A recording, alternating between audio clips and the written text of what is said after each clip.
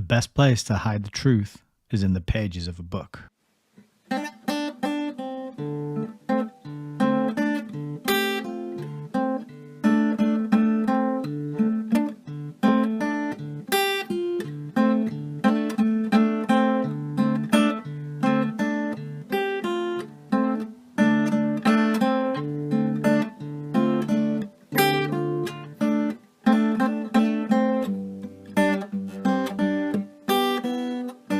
Maybe we should just read.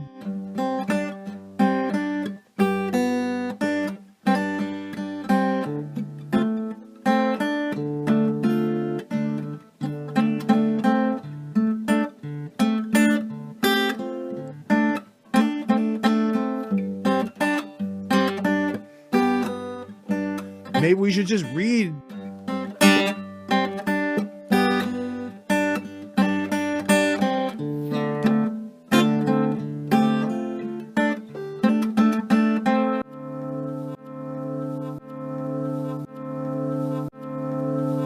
Welcome to Hayes Reviews. Good evening. Hello. My name is Nick. I'm the creator of Hayes Reviews, and we are back for another live stream.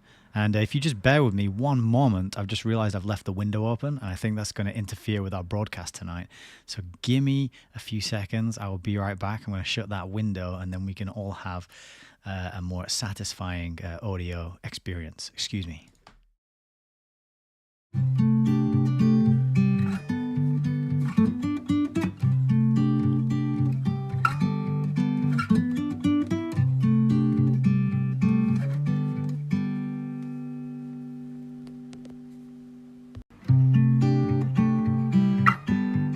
Done. How about that?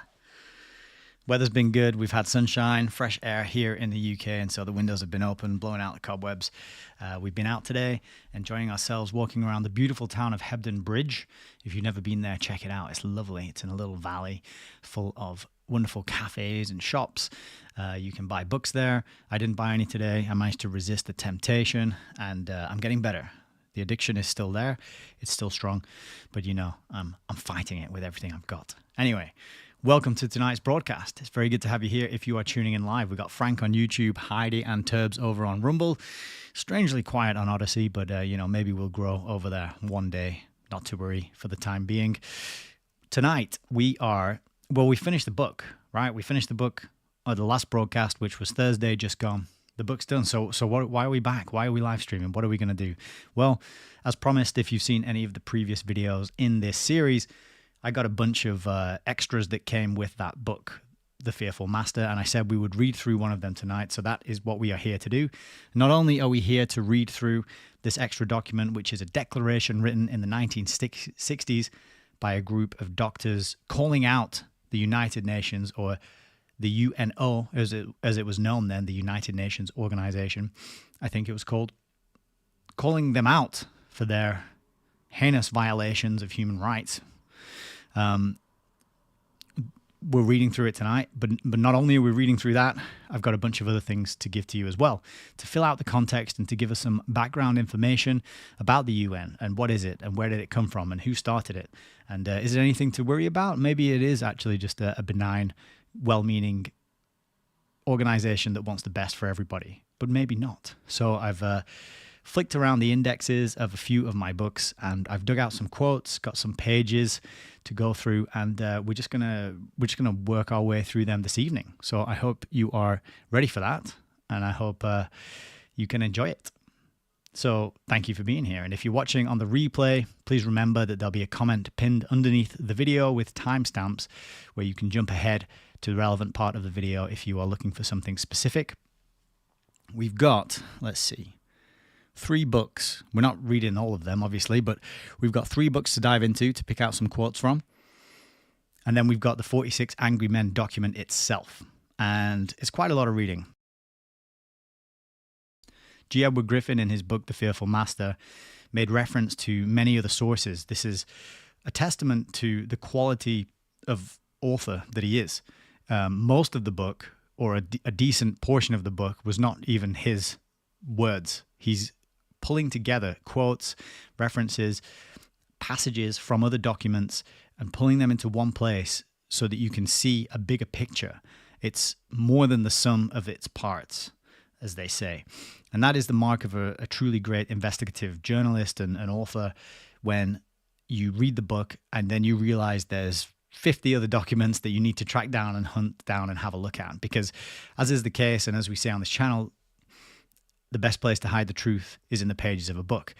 And quite often those books with the nuggets of truth hidden within them are mostly extraneous detail.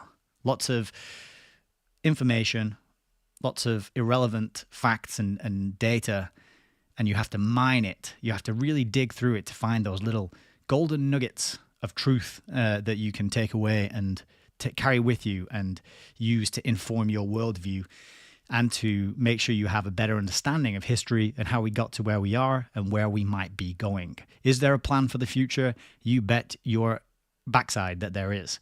And that plan has been written down in books. And we've been trained not to read books. Many of us do not read at all anymore. It's not something that people take pride in. They don't brag about how many hours they spent reading this week. They don't compete with each other to collect big libraries and rare volumes of dusty tomes of information that may be lost or forgotten or overlooked. Unfortunately, I wish that was the world that we lived in, but it is not. But don't you worry, because Hayes Reviews exists to try and make that world exist once again. I'm trying to bring it back. A love of reading books, a love of collecting them, a love of learning from them. That's what it's all about here. So I hope that's what you came here expecting tonight. If you came here expecting more David Attenborough impressions, then I'm sorry, but you could be very underwhelmed and unsatisfied. I'm just going to say that right up front. Okay, so without any further ado, I think we can move over to the book cam and start getting into tonight's reading. In the sort of tradition laid down by Richard Grove and the Grand Theft World podcast, what we're doing here is getting evidence on the record.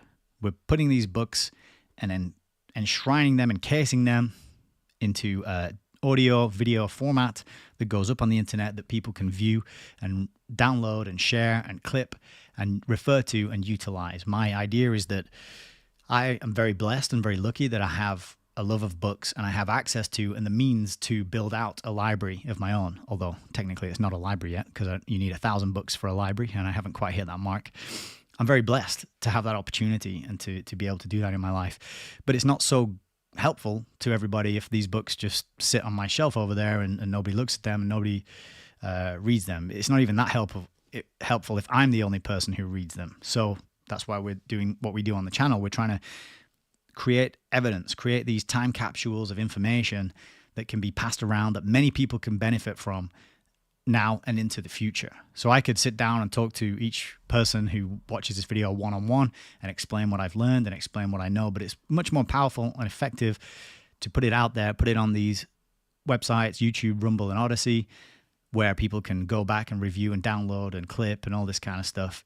It's the one-to-many model. And I think more people should do it.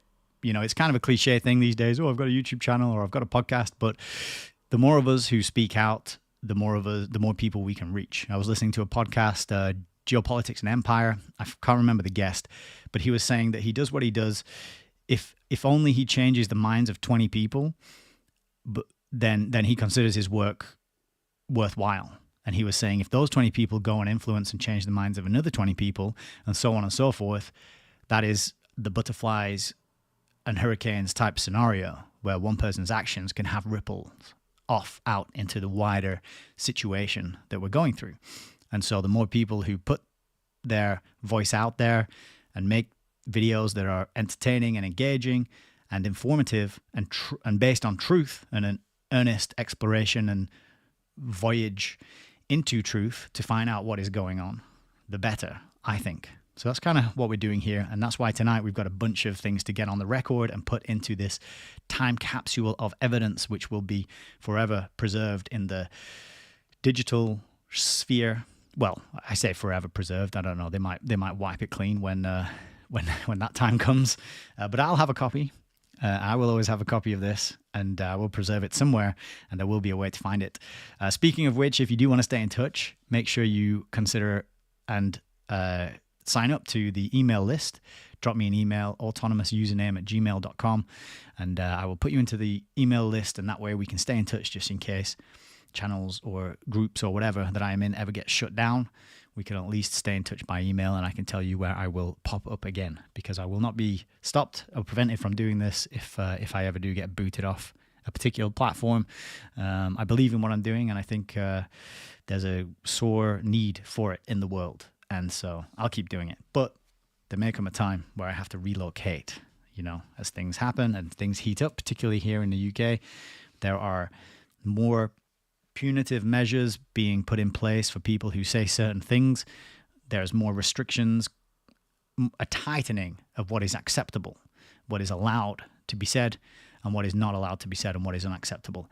And it's getting quite narrow. The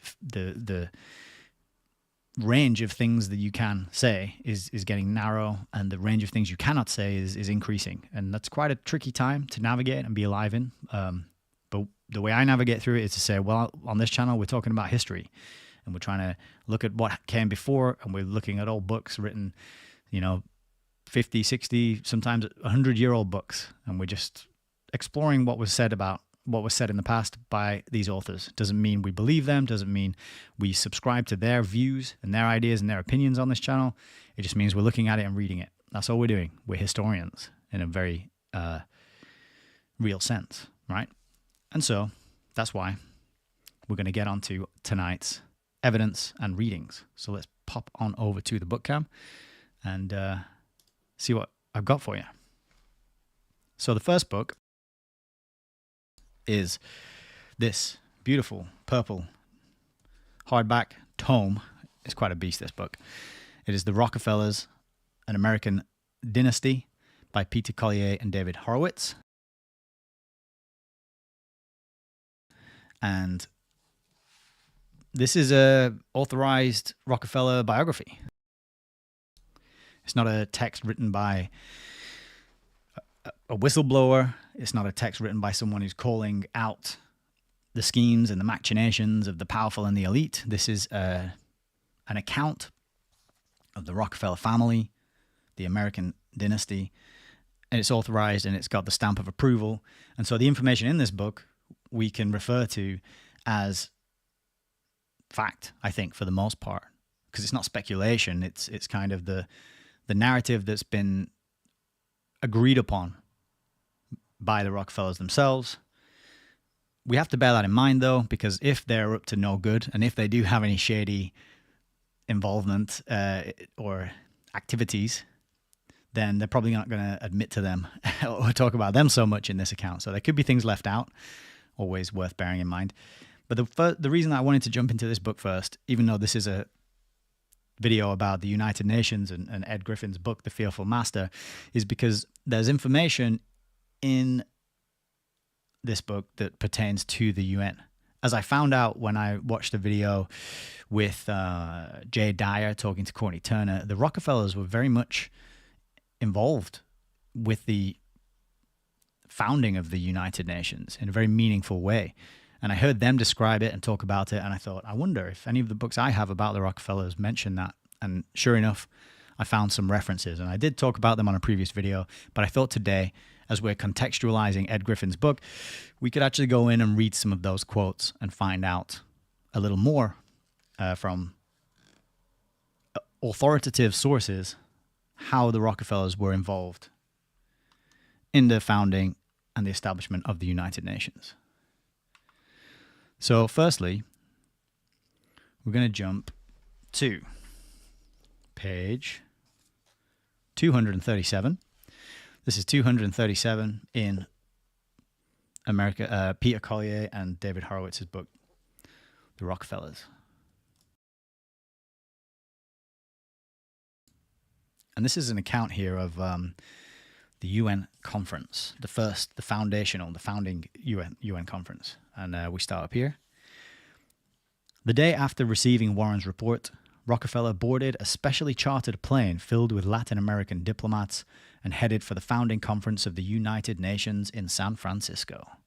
Determined to defeat attempts by Pasvolsky and other opponents in the State Department, both to subordinate the Chapultepec Agreement to the New World Body and to deny Argentina admission. So I'm not sure what this Chapultepec Agreement is, but Rockefeller did not agree with it. He wanted to subordinate that agreement. Sorry, he wanted to prevent that agreement from being subordinated, and he also wanted to prevent Argentina from being denied admission to the UN. Originally, he had not been invited to the UN conference, so he didn't get an invite. He just thought, I'm going to go. When FDR died, Nelson, so this is Nelson Rockefeller that we're talking about, no longer had a patron in Washington. That was quite curious, right? I didn't know that FDR, the president, was Nelson Rockefeller's patron. But I think Nelson Rockefeller ran for office, or maybe he was even vice president at some point, right? I may be wrong. Someone can correct me about that. But I think that's right. He was either running for president at some point. He was pretty high up in the politics. So FDR has died. Nelson no longer has a patron in Washington. Yet, when Stettinius reached San Francisco and realized that bloc voting would be useful, he gave Rockefeller the green light to attend as a sort of parliamentary whip for the Latin American nations. Once on the scene, Rockefeller plunged into conference politics with characteristic gusto. Quote, he jumped energetically from one thing to another, said Alger Hiss, who was also at the conference. He was the perennial adolescent. Conferring constantly with hemisphere representatives and caucusing with members of the U.S. delegation sympathetic to his position, especially the powerful Republican Senator Arthur Vandenberg, Rockefeller worked hard to swing the official U.S. position into line with his views, announcing that he was convinced that unless the United States, quote, operated with a solid group in this hemisphere, we could not do what we wanted on the world front. He was like a ward politician garnering votes and maneuvering with an almost reckless disregard for consequences. As one State Department official complained, quote, sometimes nobody seemed to know what he was doing. He acted as if he were a separate delegation. And Frank's just confirmed it was Vice President Rockefeller. Thank you. Although concentrating his energies on parliamentary maneuvers, Rockefeller did not neglect the politics of the social circuit, including dinners at the exclusive Bohemian Club and Trader Vic's, and a special affair at the St. Francis Yacht Club, to which he personally imported a group of Hollywood entertainers, with Carmen Miranda's Chiquita Banana Act providing the Latin touch. So interesting reference here about the Bohemian Club. I think we've probably all heard of that before. One incident among many during those days indicates Rockefeller's meticulous attention to the most mundane detail that might influence the course of events, as well as his continuing sense of the symbolic gesture. Soon after arriving in San Francisco, Rockefeller paid a visit to the naval advisor to the U.S. delegation, Rear Admiral Harold C. Train, who had also been at Chapultepec and taken part in the struggle against Pazvolsky and the Internationalists of State. A career Navy man who had risen through the ranks to become head of naval intelligence, Train was an old hand on the Latin American scene, a veteran of the days of gunboat diplomacy who had been decorated with an oak leaf cluster for his part in the intervention in Nicaragua in 1912. A native of Missouri, Train bore an isolationist distrust for any World Council in which the United States could not be sure of controlling the votes. He was therefore more than willing to listen when Assistant Secretary Rockefeller came to explain the importance of the Latin bloc, which represented 19 votes to Europe's 9 in the new UN Assembly. Okay. So this time Rockefeller was Assistant Secretary, and he was explaining, I guess, running around and schmoozing with all the attendees at this founding conference in San Francisco, the founding conference of the UN, to point out that this Latin bloc has a lot of votes. That's 19 votes compared to Europe's 9. Meaning if you can get that Latin bloc on side, if you can get it sort of under control, let's say, then you're going to be able to enact a lot of power and get any votes to go your way, right? If you can get that whole bloc, if you can influence them to go along with whatever it is that USA wants. Could the Rear Admiral help Rockefeller wanted to know in getting the laundry done for the Latin American delegations? The answer was prompt. From that day forward, the Latin delegates' laundry was done at the Treasure Island Naval Station in San Francisco Bay. A small matter, as Train later observed, but it helped. And Nelson, attentive to the last detail, later sent the Admiral a note thanking him for his service. Your collaboration at Mexico City and San Francisco, he wrote, are memories I shall never forget.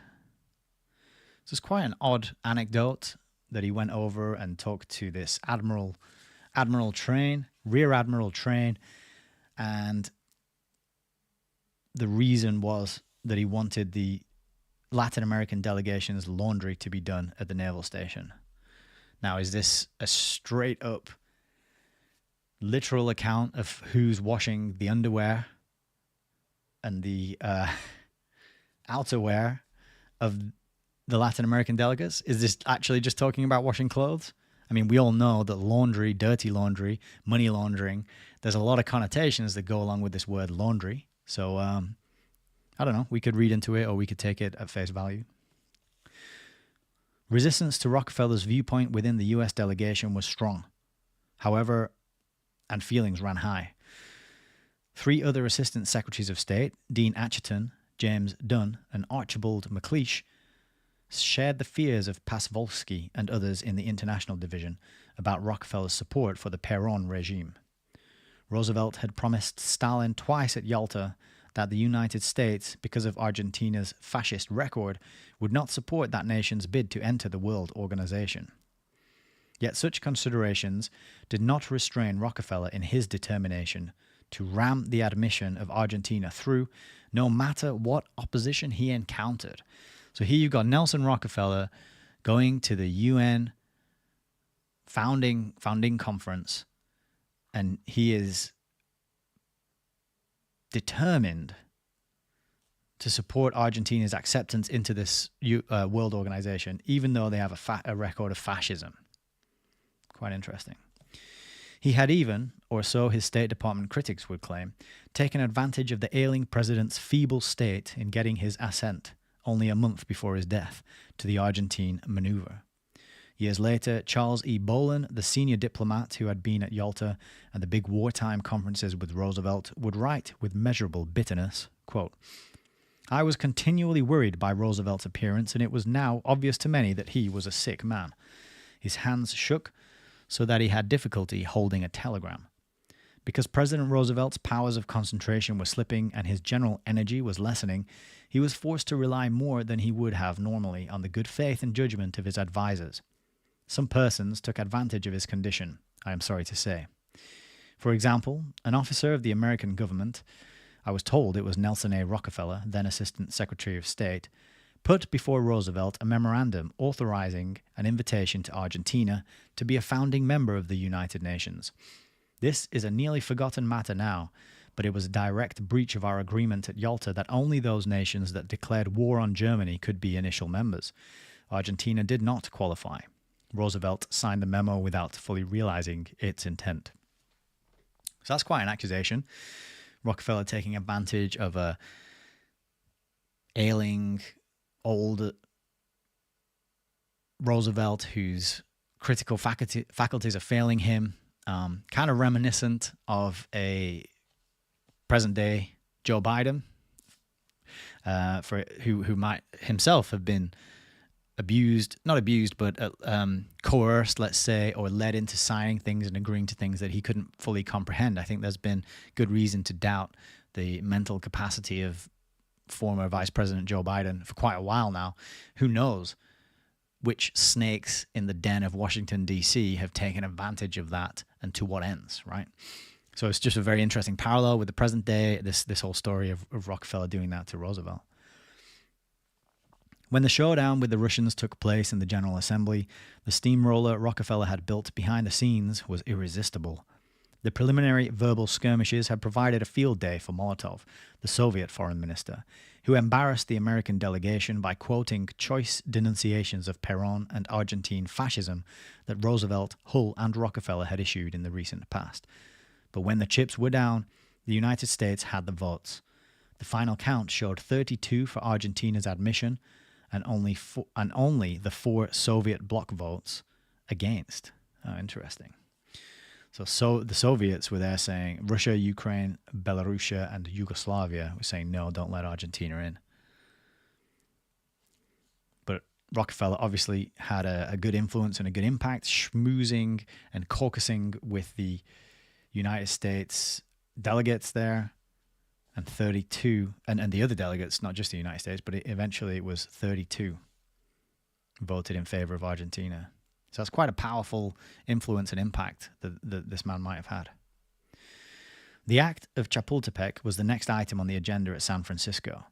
It came up at a time when Nelson had flown back to Washington to confer with President Truman in the wake of adverse criticism caused by the vote on Argentina.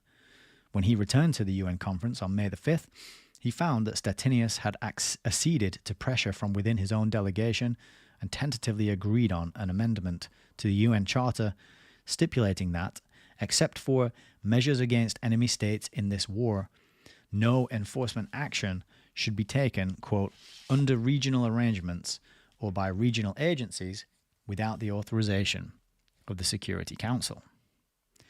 This amendment would have formalized the one world concept of international order, which the United States itself had proposed at Dumbarton Oaks as a replacement for the system of imperial blocs and military alliances that had produced 2 disastrous wars in a generation.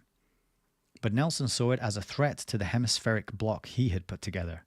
He immediately sought a private audience with Stettinius on his return to San Francisco, but was told that the Secretary of State was exhausted, and he should instead see Pasvolsky or Assistant Secretary James Dunn, both of whom represented the opposition. Instead of retreating, Nelson launched a counteroffensive, setting up a dinner with Senator Vandenberg, not only a formidable member of the delegation in his own right, but also the key to Senate approval and thus avoidance of a repetition of the League of Nations fiasco. In conversations that took place in the Rockefeller Suite in the St. Francis Hotel, Nelson played on Vandenberg's well-known fears of the Soviets. He said that the proposed charter amendment seemed to invalidate the Monroe Doctrine, and claimed that the British and French were hoping for the passage of the amendment because it would weaken the inter-American system that blocked their political expansion into the hemisphere. By the end of the evening, Vandenberg announced he would write a letter to Stettinius demanding a specific exemption for the Act of Chapultepec as a regional alliance that was, quote, the expression of a continuous inter-American policy for more than a century and which is without possibility of current parallel anywhere on Earth. When Stettinius received the letter the following morning, hell broke loose in his penthouse headquarters. The bulk of the U.S. delegation opposed the Rockefeller-Vandenberg position. Some who objected, like Pasvolsky, had been skirmishing with the abrasive young Rockefeller for months and had hoped to recoup in San Francisco what they had lost in Mexico City. But the opposition was not limited to idealists or those who mistrusted Rockefeller for political or personal reasons. In fact, one of his sharpest critics was John Foster Dulles, a Republican foreign policy advisor and a leading international lawyer. As senior partner in the law firm of Sullivan and Cromwell, legal counsel to Standard Oil, and longtime trustee of the Rockefeller Foundation, Dulles was an important figure in the Rockefeller social galaxy. But in this instance, he was so outraged by Nelson's connivance with Vandenberg that he accused him of pushing a dangerous and damaging course that might wreck the conference. It was the view of Dulles and others versed in international diplomacy that under the de facto right of self-defense recognized in the UN Charter, the United States retained enough flexibility for regional defense, including the power to intervene in troublesome Latin American countries if that should become necessary in the future. Explicit recognition of such rights, they feared, might invite a Russian demand for similar prerogatives in Eastern Europe and other contiguous areas. The argument was subtle and seemingly persuasive, but Rockefeller and Vandenberg were adamant. Quote, I served notice on the delegation, Vandenberg later noted in his diary, that if this question is not specifically cleared up in the Charter, I shall expect to see a reservation on the subject in the Senate and that I shall support it. Following the meeting, Assistant Secretary of War John J. McCloy put through a call to Henry Stimson, his superior in the War Department, for advice. Stimson was then recognized as the Dean of American Diplomacy, having served as Secretary of War or State in 4 cabinets going back to the Taft administration. He was the guiding eminence of the Council on Foreign Relations, and his office had become a kind of academy for young men like McCloy, Robert Lovett, and others who would shape American policy in the post-war era, the best and brightest of their time and place, but who, outside their own elite world, were virtually anonymous. "I've been taking the position," McCloy told Stimson in the emergency telephone call from San Francisco, "that we ought to have our cake and eat it too. That we ought to be free to operate under this regional arrangement in South America, at the same time intervene promptly in Europe." Excuse me. The proponents of the Dumbarton Oaks draft within the delegation, McCloy reported, felt that a broadening of the regional concept, such as Rockefeller was advocating, would undermine the very basis of world organization. "They will say that the Security Council and the World Organization has been defeated, and I'm not at all sure that it wouldn't be." Stimson agreed. However, he thought it might be possible to argue that the desire of the United States to retain a right to intervene in Latin America was unique. He further suggested that the US delegation could argue against any Russian claim to similar prerogatives in Europe because Russian interventions would not be moderate. She would tend to compensate for her relative weakness in Europe by overkill.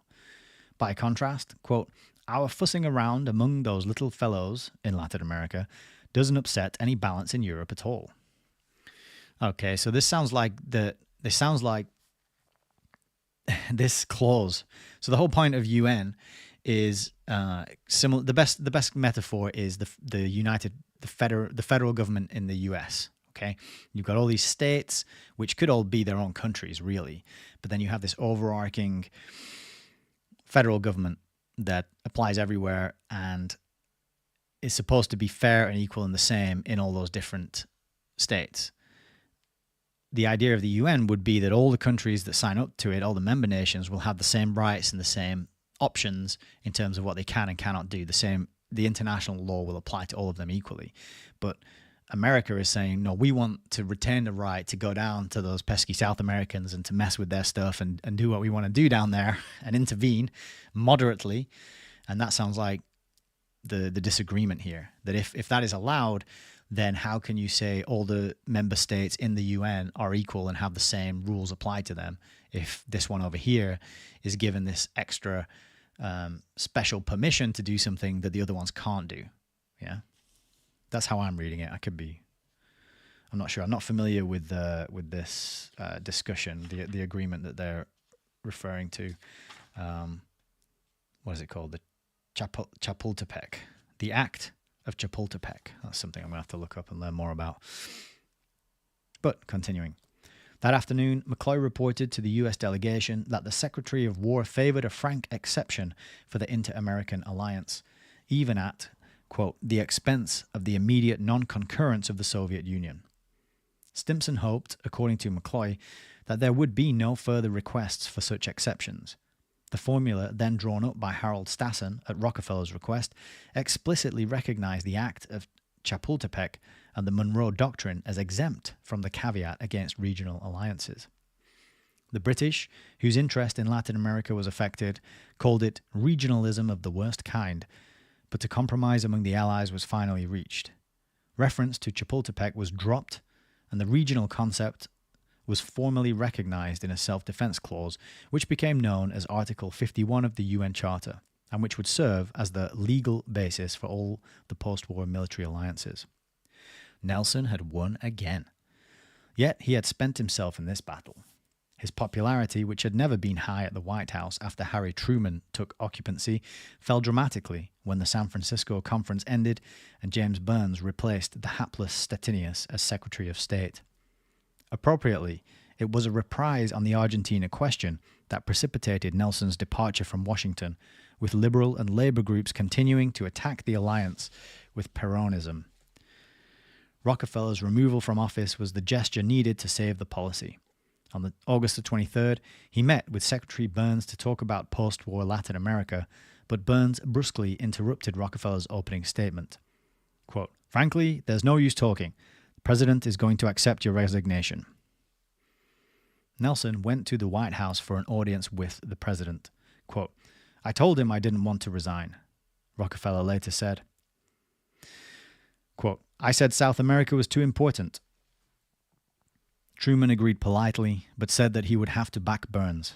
When telling the story of this White House meeting to his friends later, Nelson would end by saying, as if still incredulous, "He fired me." Okay, so that is the section on the UN from Rockefeller's An American Dynasty. I hadn't read that before. I haven't read any of these quotes that we're reading up front tonight because I wanted to read them live with you. So that's the first piece that we wanted to get on the record. Frank's in the chat saying all UN member nations are equal. However, some are more equal than others. Yes, exactly. That's right. And there's certain permissions granted to some, and some have more control and influence and power, veto power than others. It is definitely not an equal organization, although that's what they talk about, bringing to the world equality and fairness and justice. But just a very interesting anecdote there from an official Rockefeller biography, talking about how Nelson Rockefeller was swimming around, influencing people at that foundational conference in San Francisco, the first UN conference, and how he was scheming. And by the sounds of it, he threw away his job and his career because he had bigger goals. He had bigger ambitions. He had his sights set on a larger prize. And when he says at the end there, "He fired me," it doesn't seem to matter that much to him. You know, he's got such agendas up and running. He's playing such a bigger role than that one of assistant secretary or whatever it was that he had at that time, right? So pretty good, pretty interesting anecdote there, I think. Very suggestive of Jay Dyer and Courtney Turner being correct in what they were saying about the influence and the involvement in the Rockefellers in the founding of the UN. And I'll just say hello to Adam in the chat on YouTube and Celine Lyon as well. Yes. The pigs are the ones. That's in reference to Frank's quote earlier about some UN member nations are more equal than others. Okay, cool. So that was our first piece of evidence that we wanted to get on the record. I'm just going to have a sip.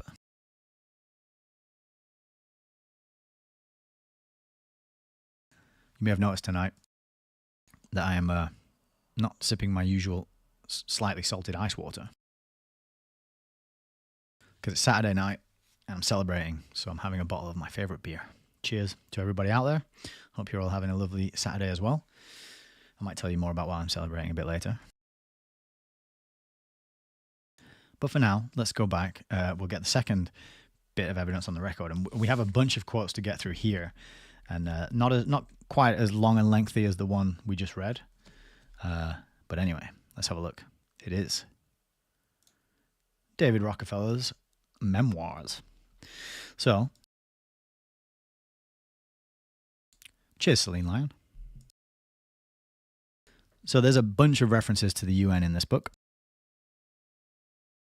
And there's no long passages like that one we just read, a few pages. It's just places where the UN is mentioned. And I thought we'd go through and read some of those because it just gives us some more clues and fills out the context of the UN and who was involved in it and who was involved in the founding. If you have a look here, all these cards that I've put in the top of the book, these are all references to the UN. Pretty much. And we'll end on, I think the last one here is the infamous page 404 to 405. And if you don't know why it's infamous, you will when we get there. Okay. So I haven't read all of this book. I don't know it particularly well. So I'm unable to give you kind of the the full context of the chapter and where we're reading these, but I did go through a little bit ahead of time and just mark up the place where the UN is mentioned, all right? So this whole book is the memoirs of David Rockefeller. He's a younger Rockefeller than Nelson, maybe his son. I'm not sure. I'm not sure the lineage there. There's probably I don't know if there's a, no, maybe it's this one. This one has a family tree, doesn't it? Let's see. This one, there you go. All right, cool. So we got, let's have a look. Where's Nelson? Is this Nelson Aldrich? Oh, there's a bunch of Nelsons.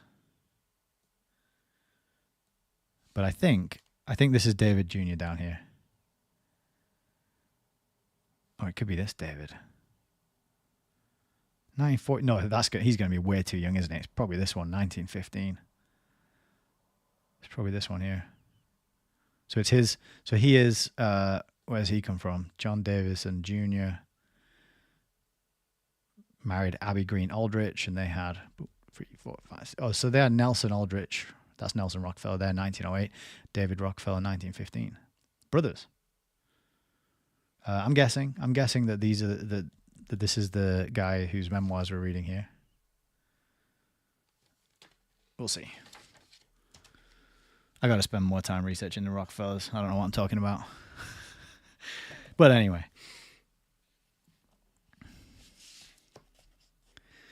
So this is from page 150 of David Rockefeller's memoirs. And it's actually in a section which is about Alger Hiss and the Carnegie Endowment. So we know about Alger Hiss. He was mentioned many times in the Ed Griffin book. There's a bit down here about an evening with Alger. But the bit about UN is above, which I'll read out now.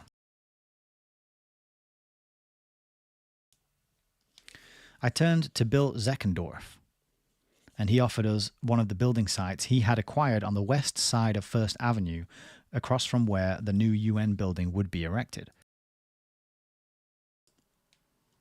Although the area was still filled with abandoned slaughterhouses and decaying commercial buildings, Bill felt the UN and other related projects would permanently transform the area. He recommended that we buy the parcel before land values skyrocketed and then put up our own building. So a couple of things to note here that I found particularly sort of interesting. One is that the land being used that they're building on is filled with abandoned slaughterhouses. So that's certainly going to be an area with a good energetic vibe, isn't it? It's certainly going to be an area with good juju, if good feng shui, if you're looking for, if you believe in that sort of thing and you use that when you're deciding where to do your building. But yeah, it's an area filled with abandoned slaughterhouses, okay? And it seems to be foreknowledge that land values are going to skyrocket. It says he recommended we buy the parcel before land values skyrocketed. So is that just a little hint of insider knowledge, the boom and bust cycle, which is manipulated and orchestrated deliberately? It's not just accidental that these boom and bust cycles come along. This is how the super wealthy and the super rich stay that way. They engineer these boom and bust events over many, many longer time frames than we are coached to think in. And this is how they consolidate wealth over time, right? So just interesting that he seems to know that land values are going to skyrocket. Second paragraph here, continuing. Several of the more conservative board members thought the plan far too risky and criticized spending the endowment's limited funds on a construction project in an unproven location. The endowment's longtime treasurer opposed the project and resigned from the board, predicting it would bankrupt us. So when he's saying the endowment here, he's talking about the Carnegie Endowment. However, a strong majority of the board backed the proposal, especially after I was able to persuade Winthrop Aldrich to open a Chase branch on the ground floor. Once the building was completed, we rented much of the building to not-for-profits and easily handled the mortgage payments. As Bill Zeckendorf predicted, the area around the UN quickly became one of New York's prime neighborhoods and continues to be so to this day. Pretty interesting there. So a little insight into the building, the land around it, abandoned slaughterhouses. I guess they just wanted to build another slaughterhouse there. All right, moving on to the next bit. This is pages 162 and 163, a couple of references to the UN here. So this is in the section called An Opportunity We Couldn't Refuse. The clinching factor in the decision to remain downtown turned out to be an opportunity we simply couldn't refuse. I had been working with Bill Zeckendorf, the flamboyant, larger-than-life real estate mogul who a decade earlier had sold my father the land on which the United Nations built its headquarters. So there you go.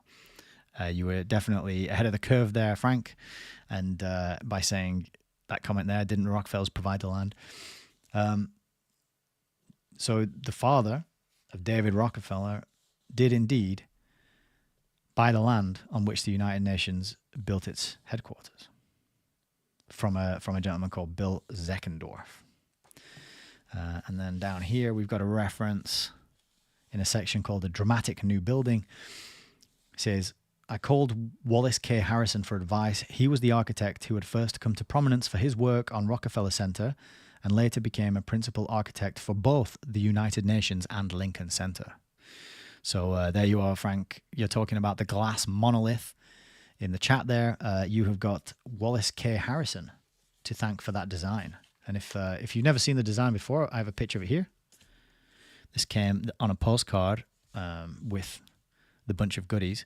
That is the monolith. That is the house that Hiss built. Remember Alger Hiss? We were just reading about in that section.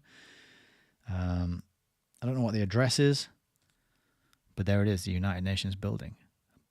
Very distinct monolith, very reminiscent of Arthur C. Clarke's monolith and Stanley Kubrick's monolith in 2001 Space Odyssey. And then also inside this building, there is a meditation / prayer room / spiritual area that itself has a monolith in a similar sort of shape to this. So it's quite interesting. But there you go. You got the name of the architect now, who also worked on the Rockefeller Center and the Lincoln Center. So the next quote is down here, page 201. This is in a section called Missed Opportunity in Canada.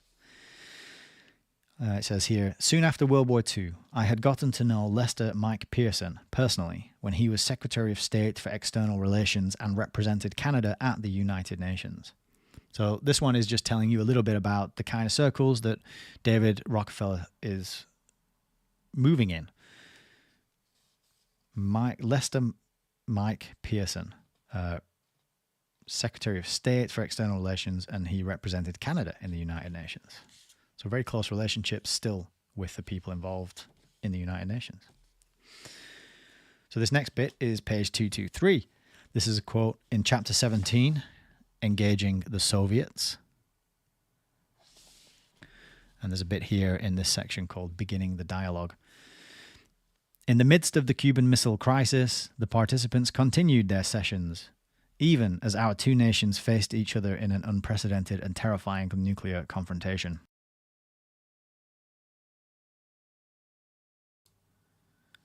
Both sides saw that the time had come to step back from the threshold of atomic annihilation and seek other ways to pursue our rivalry. The next Dartmouth conference took place 2 summers later in Leningrad, and it was on this trip that my daughter Neva, and I met Nikita Khrushchev, the first secretary of the Soviet Communist Party. The idea for the meeting had actually come from U Tant, the Secretary General of the United Nations, who mentioned it to me at a reception I hosted for the UN's senior staff at Pocantino. So David Rockefeller is having little get-togethers, cocktail parties for the senior staff of the UN. It's very nice of him, isn't it? Very kind, very, very generous. I'm sure not because he wants to have any kind of influence on them or have any sort of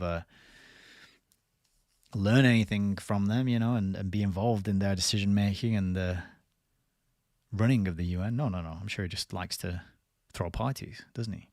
But it was U Tant, the Secretary General of the United Nations, who decided to suggest that the Rockefellers go over and start schmoozing and building relations with the Soviets. When I told him I was planning a trip to Leningrad, the Secretary General said he thought the top Soviet leadership would benefit from exposure to an American banker. So, why? Why would the top Soviet leadership benefit from exposure to an American banker? to my mind, the conversation is going to go something like, hey, don't you know how much money you could make? Look, we've got this whole system of banking that we figured out, that we've coerced and forced people into using, and it makes you very, very, very rich. And if you cooperate with us, we can make you very, very, very rich too. That's kind of, I'm sure it didn't go quite that overt and explicit, but that's kind of the way I read it. Why does he need to meet an American banker? A personal meeting with Khrushchev during my trip to Russia might help, in a small way, to improve relations between the two superpowers. U Thant agreed to send word to him, but I heard nothing definite about the meeting before leaving for Leningrad in late July. The day after the Dartmouth delegation arrived, however, I received a message from the Kremlin summoning me to a meeting the following day in Moscow. And I didn't actually read any more of that bit. Maybe we should. Let's carry on with that. In order. Okay, so he's been summoned to a meeting in Moscow under the advice of the Secretary General of the United Nations, who thinks that Russia need to meet American bankers. Massive bankers, aren't they? We'll just carry on with this bit. It's only a little section. So it says, in order to get there in time, Neva and I took the overnight train, watched carefully by a KGB agent who had attended the conference itself. Moscow in those days was a study in contrasts. Khrushchev had claimed that the USSR would surpass the United States in terms of gross domestic product, but he had issued this pronouncement from a city mired in economic stagnation and suffering from decades of neglect. Elegant buildings from the Tsarist days stood unpainted and in disrepair. Offices and apartment houses built during the more recent Stalinist era looked shabby and uninviting. There were few automobiles, but the center lanes on the broad main boulevards were kept open to accommodate the speeding Russian-built ZIL limousines carrying members of the Politburo on official business. People queued on long lines to buy meager quantities of poor quality food, and in department stores the shelves were virtually empty of goods. On this, my first trip to the heart of the Soviet Empire, I found myself wondering about the economic strength of the country that was the subject of Khrushchev's bluster. So, schmoozing with the Soviets under the advice of the UN. Sending David Rockefeller over there to show him how it's done. Okay, and the last bit we have, the last quote from this book that has reference to the UN is the famous quote, which is chapter 27, Proud Internationalist. So we'll just read this, the next 2.5 pages. My lifetime pursuits as an internationalist might best be summarized by one rather extraordinary day in 1995. October 23 was a busy day at the Council on Foreign Relations. The 50th anniversary of the United Nations had drawn almost 200 heads of government to New York, and many had asked to speak at the council. But even then, the day was... That's interesting, isn't it? 200 heads of government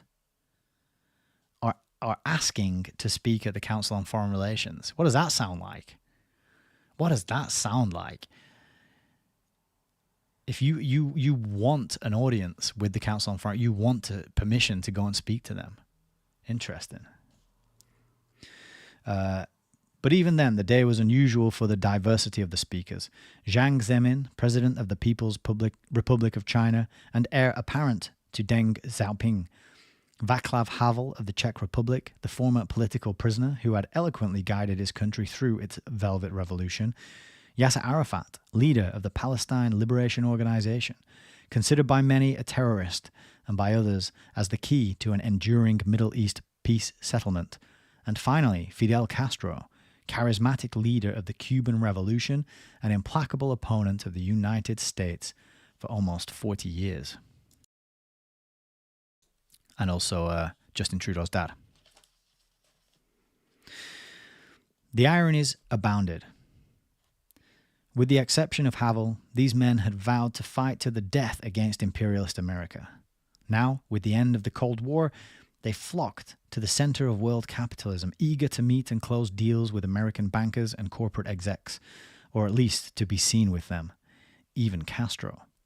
El Presidente wanted especially to meet me, but a convenient time had not yet been found. Failing this, at the formal reception hosted by Secretary General Boutros Ghali at the UN, Castro spotted me, charged across the delegates' lounge and grabbed my hand, shaking it warmly. I was chagrined, sensing the photo frenzy about to erupt, but I smiled as the paparazzi snapped away. Predictably, the photo of the capitalist and the communist appeared on the front page of newspapers from Ankara to Zanzibar, and just as predictably, I was criticized for appearing with a man considered one of our nation's bitterest enemies. And there's a footnote here, which I think will be worth diving into. Down here it says, "My daughter Peggy has visited Cuba a number of times since 1985 and developed a good rapport with President Castro. This may partially explain Castro's exuberant behavior. I did meet privately with Castro the following day at the Council on Foreign Relations building on Park Avenue." All right. And now the famous quote. This is in a section called Populist Paranoia. "For more than a century, ideological extremists at either end of the political spectrum have seized upon well-publicized incidents, such as my encounter with Castro, to attack the Rockefeller family for the inordinate influence they claim we wield over American political and economic institutions.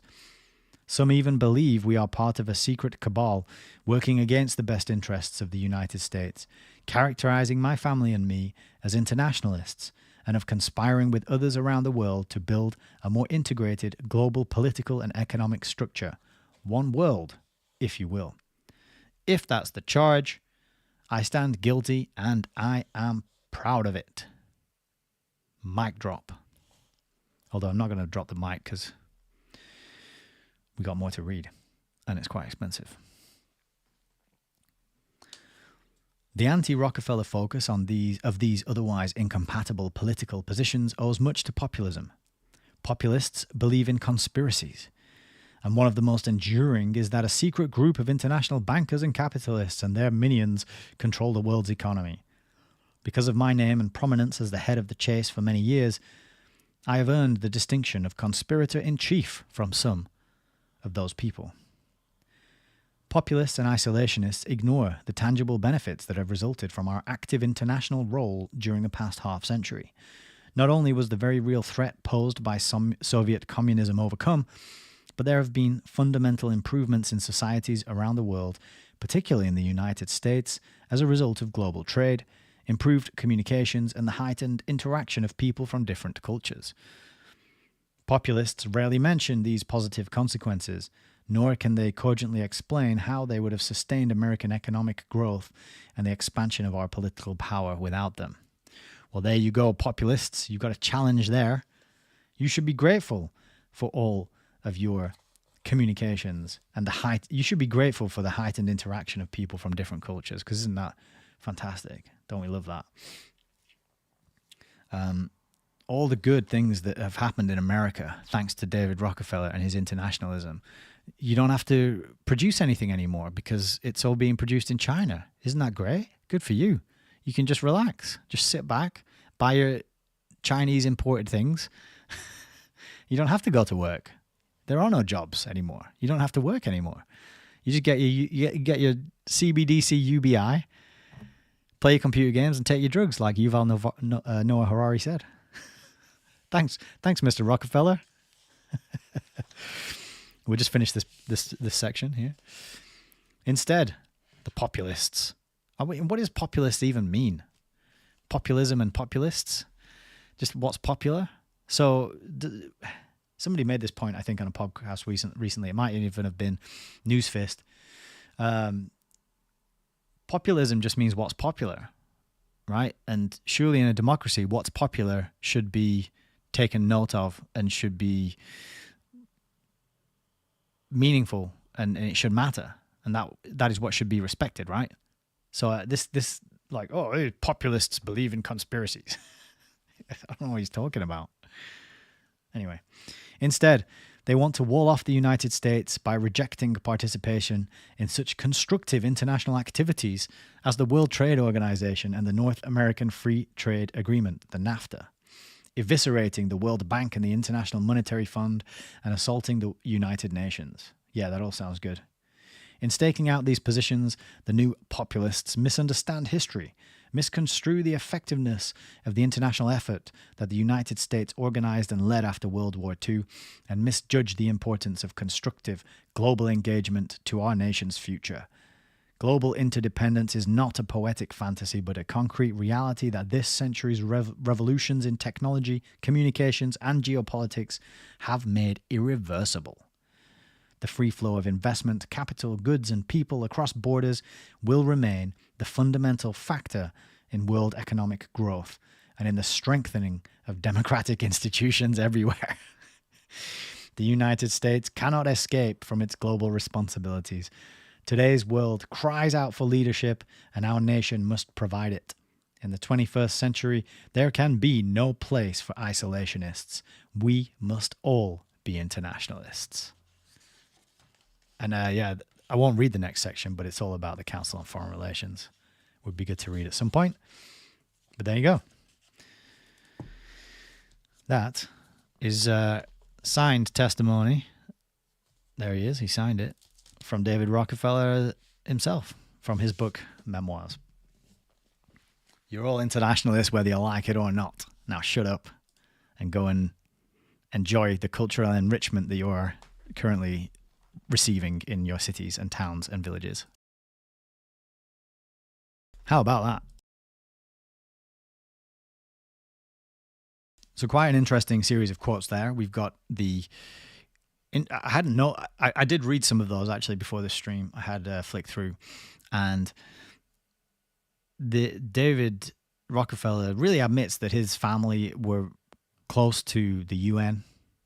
You know, Nelson Rockefeller's influencing the UN and the way they vote and how things happen. He's getting his way. You know, he got Argentina included in the UN because he wanted that South American bloc with which he could exert influence in order to wield more in power and influence over the UN and the votes and the decisions made there. So that was in the first book. And then in the memoirs bit, we just learned a little more about how these things work, how the world's leaders, the heads of governments, come to America and want to go and speak to the Council on Foreign Relations. That little tidbit there was very revealing in and of itself. I'm often of the opinion, you know, I align with Alan Watt, who talks a lot about institutes and think tanks and these unelected groups of academic scientists, thinkers, parasites. Or there was a great phrase posted in the Telegram chat, the useless eliters, right? So they think we're the useless eaters, and we think that they are the useless eliters. And I think that's definitely one we got to spread and stick with and start using and make that common phrase, common parlance, right? Useless eliters. That's what they are. That's what these people are. And they're getting together and they're going to these think tanks, in these groups, the Trilateral Commission, the Council on Foreign Relations, the Royal Institute for International Affairs, etc., etc., etc. All these other ones that we sound innocuous, sound boring, sound like they're just nerdy people sitting around trying to work hard on the world's problems to make things better for the average Joe and Jane in the street, you and me, paying our bills and working our way forward in life, trying to do what we can. And that's not what they're doing at all. And I often say that, and I agree with Alan Watt, that this is where the real plans and designs for the future come from. These are the real people who are shaping the scripts that we're living through. They have the plans going out into the future. We know about Agenda 2030. That comes directly from the United Nations. They've got plans going past that. They probably got it planned out to the rest of the century. I mean, we read on this channel Charles Galton Darwin's book, The Next Million Years, where he's saying everything that happens in the next million years is inevitable and fixed. And it doesn't matter about the individual, what the individual does, those unique, what did he call them? Those individual reactions, he called them, he had a word for it that was really dismissive. It was just something like, I don't know. He basically referred to he was saying all that matters is the average. what is the average of the interactions, the human interactions? Because all the above or below, not above or below average, all the my words aren't working. Must be the beer. All the outliers in human behavior don't matter, because it's only what is the average over a long term that allows us a predictive power to know what's going to happen in the future. Basically, what he was saying was, if you know the way in which most people conform and behave, and that is what schooling is for, that is what mass media is for, it's to establish this conformity of behavior, this conformity of worldview, conformity of direction for groups, individuals and groups. If you can establish that and keep a tight grip on it, the way most people think, the way most people live, then it doesn't matter about the individuals who go off and do their own thing and go their own way and scream from the sidelines, hey, lemmings, stop, you're going off a cliff. It doesn't matter about those individuals, because you've got a grip and a control over the average, the majority, the kind of sleepwalking masses who are just going through life, never questioning, never seeking alternative explanations for things, never going too deep, just downloading their information from their 6 o'clock news broadcast and then repeating and regurgitating that out when they go and talk to people. Okay. So for this admission that the world's heads of governments came to America on the 50th anniversary of the UN and all requested to go and speak at the CFR, those leaders of world government knew where the power lies. That's what it says to me. Okay. What do you think, though?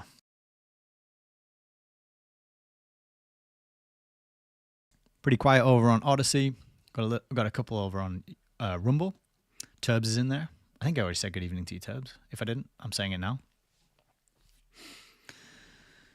Frank Lennon over on YouTube says, good old rocker, he was very chaste, wasn't he? Boom. What an admission, an internationalist. And Celine Lyon says, so stop thinking and obey us. Yeah, exactly. That's what he said there, isn't it? You are an internationalist now, whether you like it or not. Look at all the benefits. Just go outside and walk around your town and look at all the homeless people in your cities and the lack of jobs and the rising prices and the increased debt, the crazy amounts of debt that this system has to implode at some point. And David Rockefeller's there telling you, he's, like I said in the last video, he's pissing on you and telling you that it's raining. He's like, it's an abusive gaslighting, what he's saying there in that quote we just read. But David Rockefeller, like Nelson Rockefeller, is swimming in the circles of the people who have the power and these actors on the world stage. Let's put it that way. Okay, so we've done those two. I got another one for you, and this one I'm looking forward to. I mean, they're all good, but this one is. So this is a book called Rockefeller Internationalist, The Man Who Misrules the World. And this is Chedney Press. The author is Josephson. First name, Emmanuel M. Josephson. Okay? And this is not a book.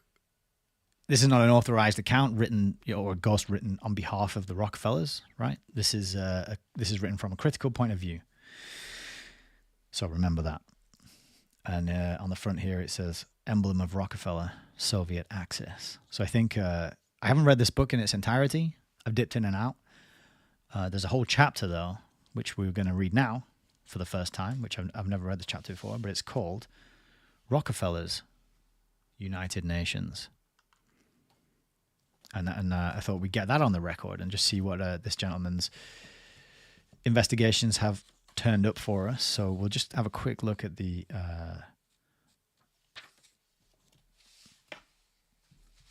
info page in the front. We can see this is a 1952 publication,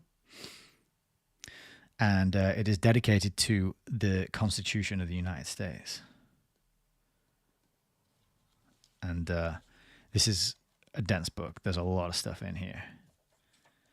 And there's even someone else's bookmark. Paracelsus Clinic of Washington. Special interest in orthopedic and nutritional medicine. There you go. Free advertising for you on the stream there. But a little bit about the author. It says Emmanuel M. Josephson was born in Baltimore, educated at Johns Hopkins University in Columbia. He was born in 1895. He was assistant to the medical director of the American Red Cross in Europe. Since then, he has engaged in medical research in the practice of medicine and writing on medicine, politics, and economics.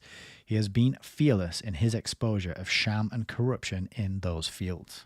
So, let's see what he has to say. This fearless doctor and medical writer. So this is chapter 21.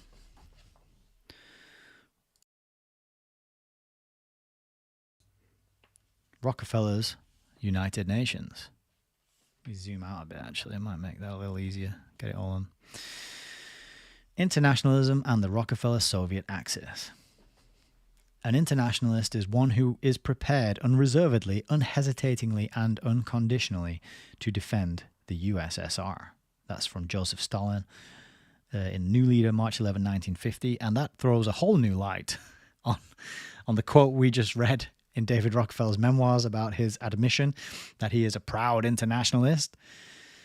And I didn't realize that was coming up, so that's very synchronistic. But let's crack on. The plan of the United Nations was written at Yalta by Molotov, representing the Soviets, and by Olga Hiss, representing the Rockefeller-Soviet Axis and the Foreign Office of the Rockefeller Empire, the Council on Foreign Relations, and incidentally also the State Department. Olga Hiss's membership in the Hal Ware Communist Cell in the State Department, and the invaluable service he and his associates had rendered the Soviets in their official capacities, had won Stalin's trust.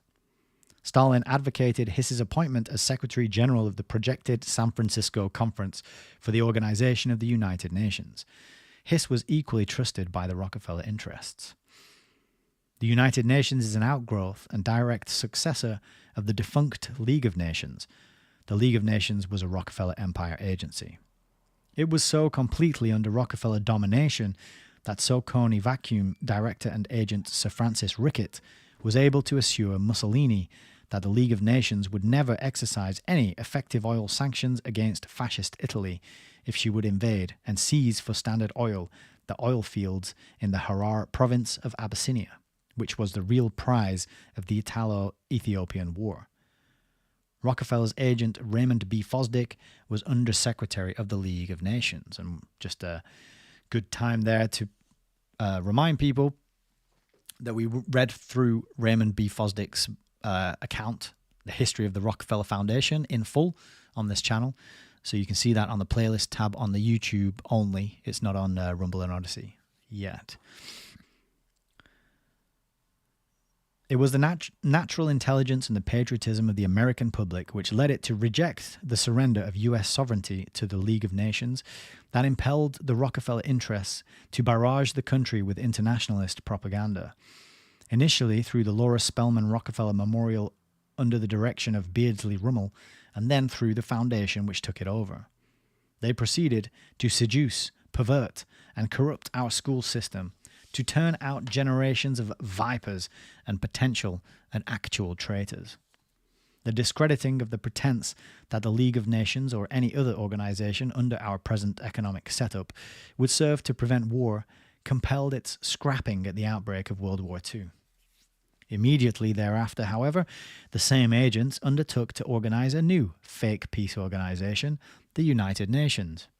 So complete is the basic identity of the two organizations that in many instances persons occupy the same positions in the United Nations that they held in the League of Nations. In some cases, the kinfolks of the older generation of League of Nations agents now occupy positions of trust in the United Nations. An instance is Miss Dorothy Fosdick of the Division of International Organization of the State Department, who attended the San Francisco Conference at which the United Nations was organized as assistant to the Secretary General Olga Hiss. Following the agreement reached with the British at Dunkirk, the Rockefeller propaganda machine and lobby had gone into high speed for internationalism, the attainment of one world. That is, a Rockefeller-dominated world. Under the direction of Harold Stassen of Rockefeller's Council on Foreign Relations, they engineered the nomination of their one-world pawn, Wendell Willkie, to oppose their pawn, Franklin D. Roosevelt, in the 1940 presidential campaign.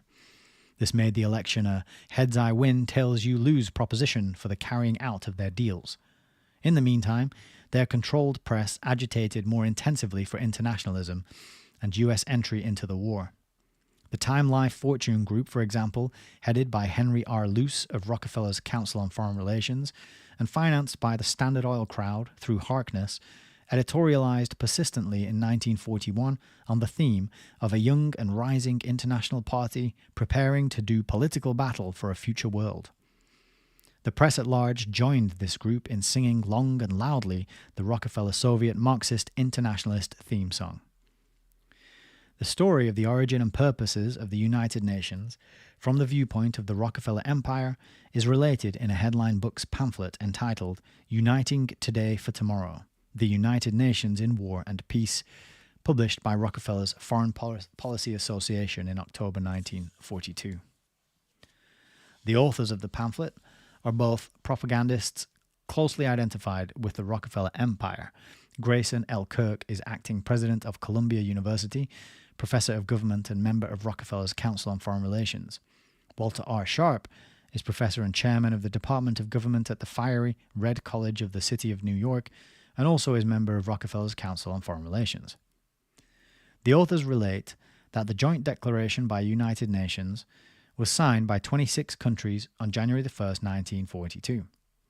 The signatories agreed to employ their full resources, quote, against those members of the Tripartite Act and its adherents with which such government is not at war, and, quote, not to make a separate armistice or peace.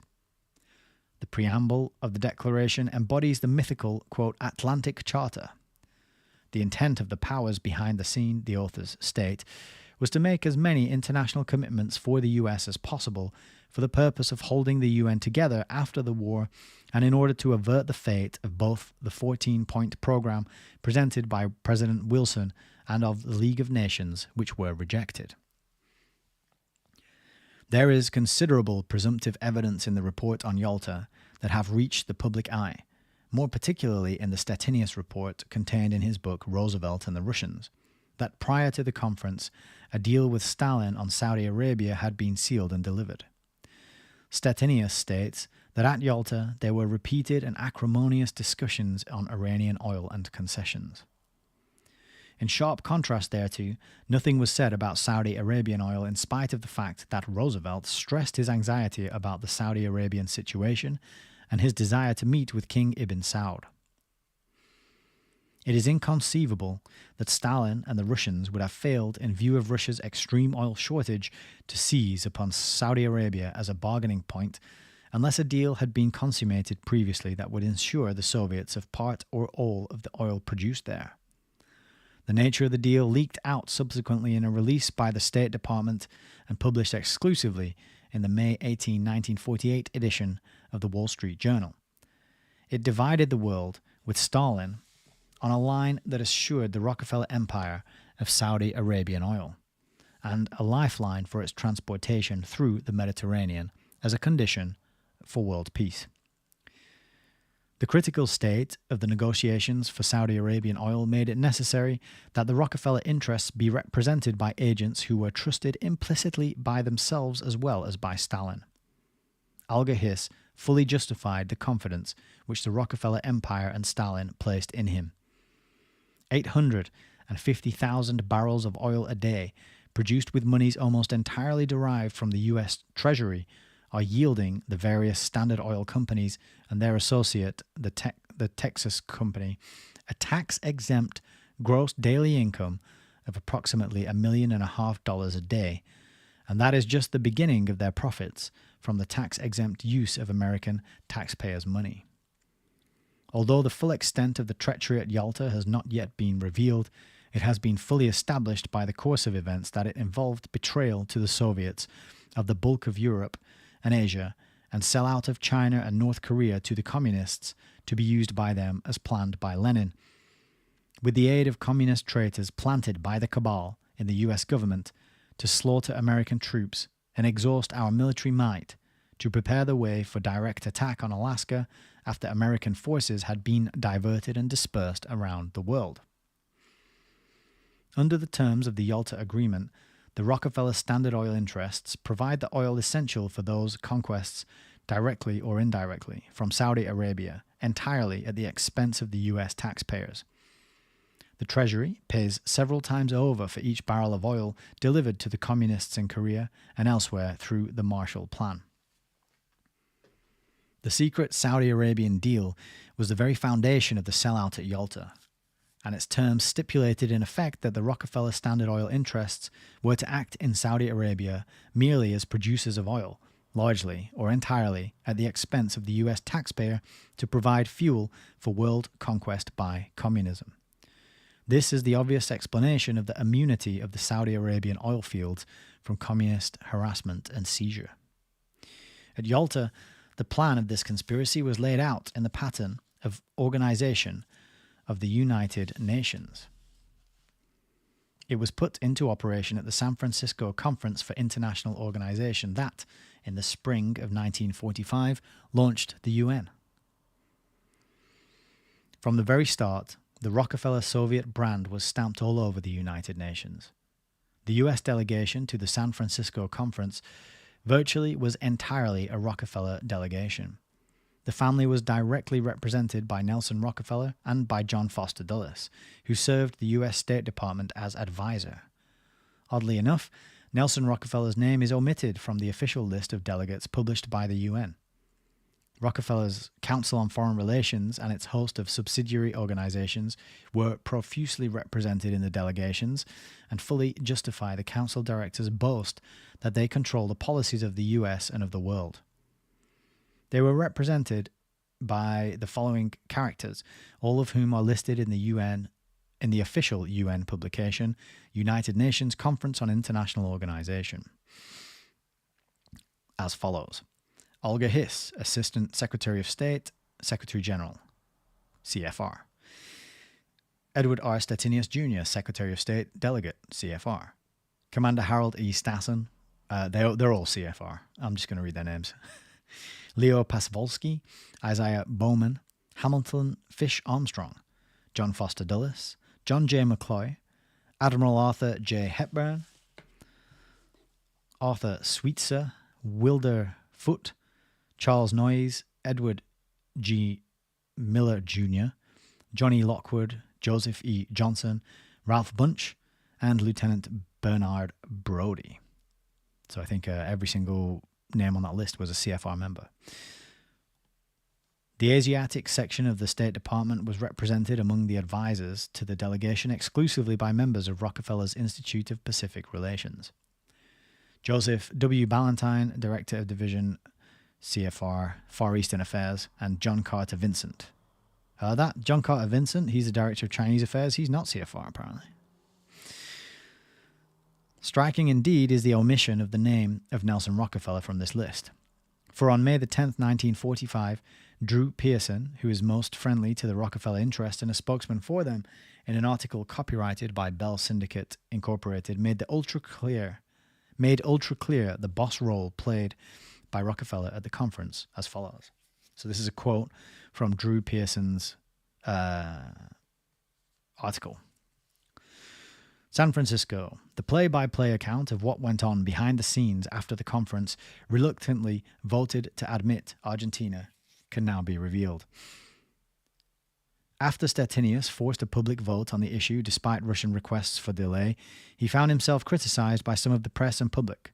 Upset, he hastily called a closed meeting of the U.S. delegation charged with tension. Quote, young Rockefeller eulogized the way Stettinius had handled himself. This country is fortunate to have its affairs in his hands, he praised. Assistant Secretary Jimmy Dunn started to chime in, but was interrupted by shrewd Hamilton Fish Armstrong, key U.S. advisor. Quote, I am very disturbed by all this. I think we ought to call the press in and explain the American position. We are being called fascists. Stettinius is being put in an unfair position. Harold Stassen of Minnesota, who had been cool to Argentina's admission, interrupted. And what are you going to tell the press? John Foster Dulles said, "It's very important that the public does not view our delegation as reactionary." Again, Stassen interrupted. Why must we be apologetic about something discussed fully here, then voted on and passed? The important thing is to work together. We can't avoid all differences between nations and people. Stassen emphasized that there was justification for the American view, even if he didn't entirely endorse it himself. If there were no arguments, there was no use of a conference. Stettinius thought Stassen's statement so good that he ought to broadcast it. Dunn protested the Russians were holding up the conference by refusing to permit Argentina to take up the chairmanship of a subcommittee. He launched upon an anti-Soviet tirade in no uncertain terms. Rockefeller endorsed Dunn's idea about giving Argentina a place on a conference committee, saying, "We must treat Argentina as well as anyone else." "I agree," chimed in Michigan's Senator Vandenberg. "Now that we've invited them, we must treat them right." Stassen could not go along with them, saying it's bad enough we let them in without giving them honors. Vandenberg retorted, "Anything Rockefeller wants is okay." Dunn suggested that the U.S. delegation slip Argentina into the first committee vacancy. Stettinius demurred. "I've gotten into enough trouble over Argentina already," he observed.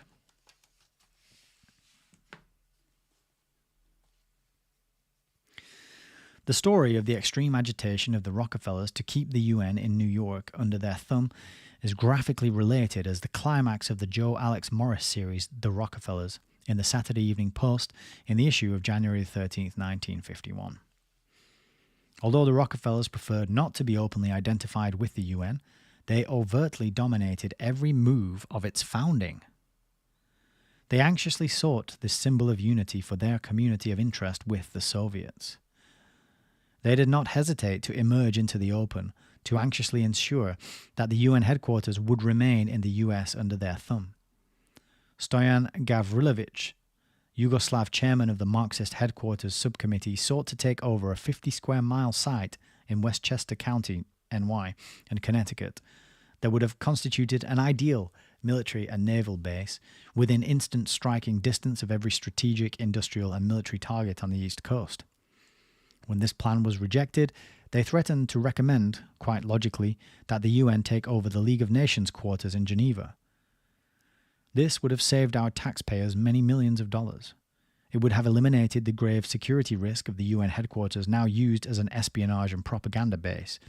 It would have averted the outrage constituted by the surrender of sovereignty by our country over US territory, the United Nations site in mid-New York City, and the indignity of extraterritoriality, which even prostrate China spurned as an affront. But John Rockefeller Jr. would not have it otherwise.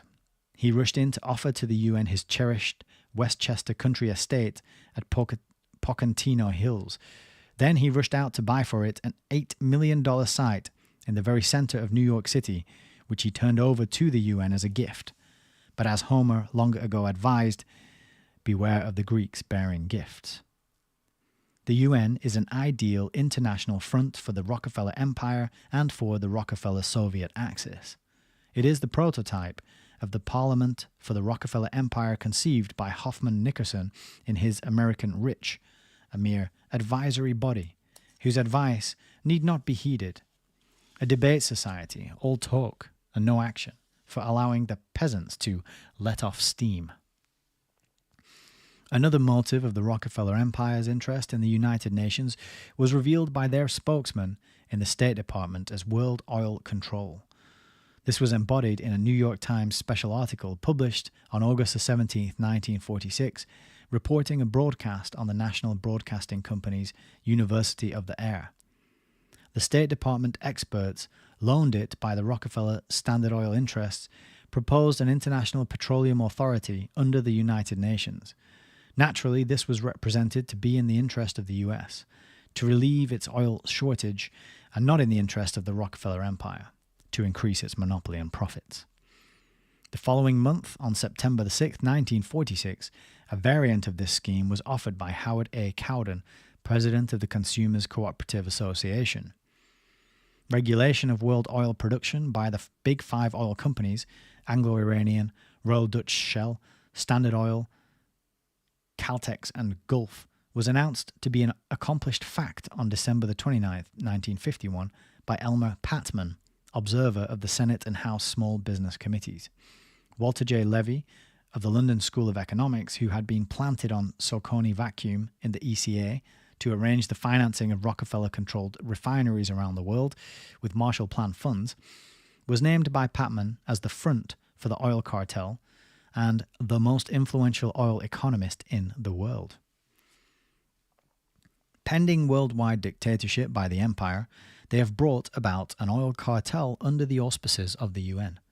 The Rockefeller Entente, with Russia in opposition to England, came out into the open at the Paris Conference on September the 21st, 1946, when the US voted with Russia and the Slavic bloc against the British Empire on Romanian oil. The same community of interest was responsible for their ousting of Churchill when, after his speech before Parliament announcing that he would not preside over the dissolution of the British Empire, he began blocking afresh the development of Saudi Arabia. Churchill was promptly ousted, and the Marxist Labour Party that stands so close to the Soviet was put in power. On the domestic scene, the UN serves the Rockefeller Empire most effectively in carrying out on a world scale the totalitarian and imperialist aims of their philanthropies, as expressed by Gates and Rockefeller in Occasional Letter No. 1 of the General Education Board. Our republic, with the Constitution, the Bill of Rights, and the federal and state governments, set up numerous barriers to the dictatorship which the Rockefeller Empire seeks. Although the conspirators have succeeded in breaking down many of these barriers, including the Constitution, over a period of decades, that process is slow for the impatient conspirators, especially when the wooing and winning of electorates is involved. The conversion of our republic to a dictatorship would be greatly facilitated by transferring its sovereignty to a totalitarian agency that is beyond the reach of the voters. To accomplish this legally and in compliance with the Constitution would require only one step that would involve the voters only indirectly. That step would be the adoption of an amendment to the Constitution that would destroy the fundamental character of our government by surrendering the sovereignty of the nation to an international union or federation. In this international union, US citizens would have neither vote nor voice. They would be taxed without commensurate or any representation, and eventually could be enslaved thereby. For the United States, with its 150 million citizens, would be hopelessly outvoted by the hordes of Asia's billion, and Russia and every other invidious enemy or ally would be free to despoil and enslave us through legislation we would be powerless to stop.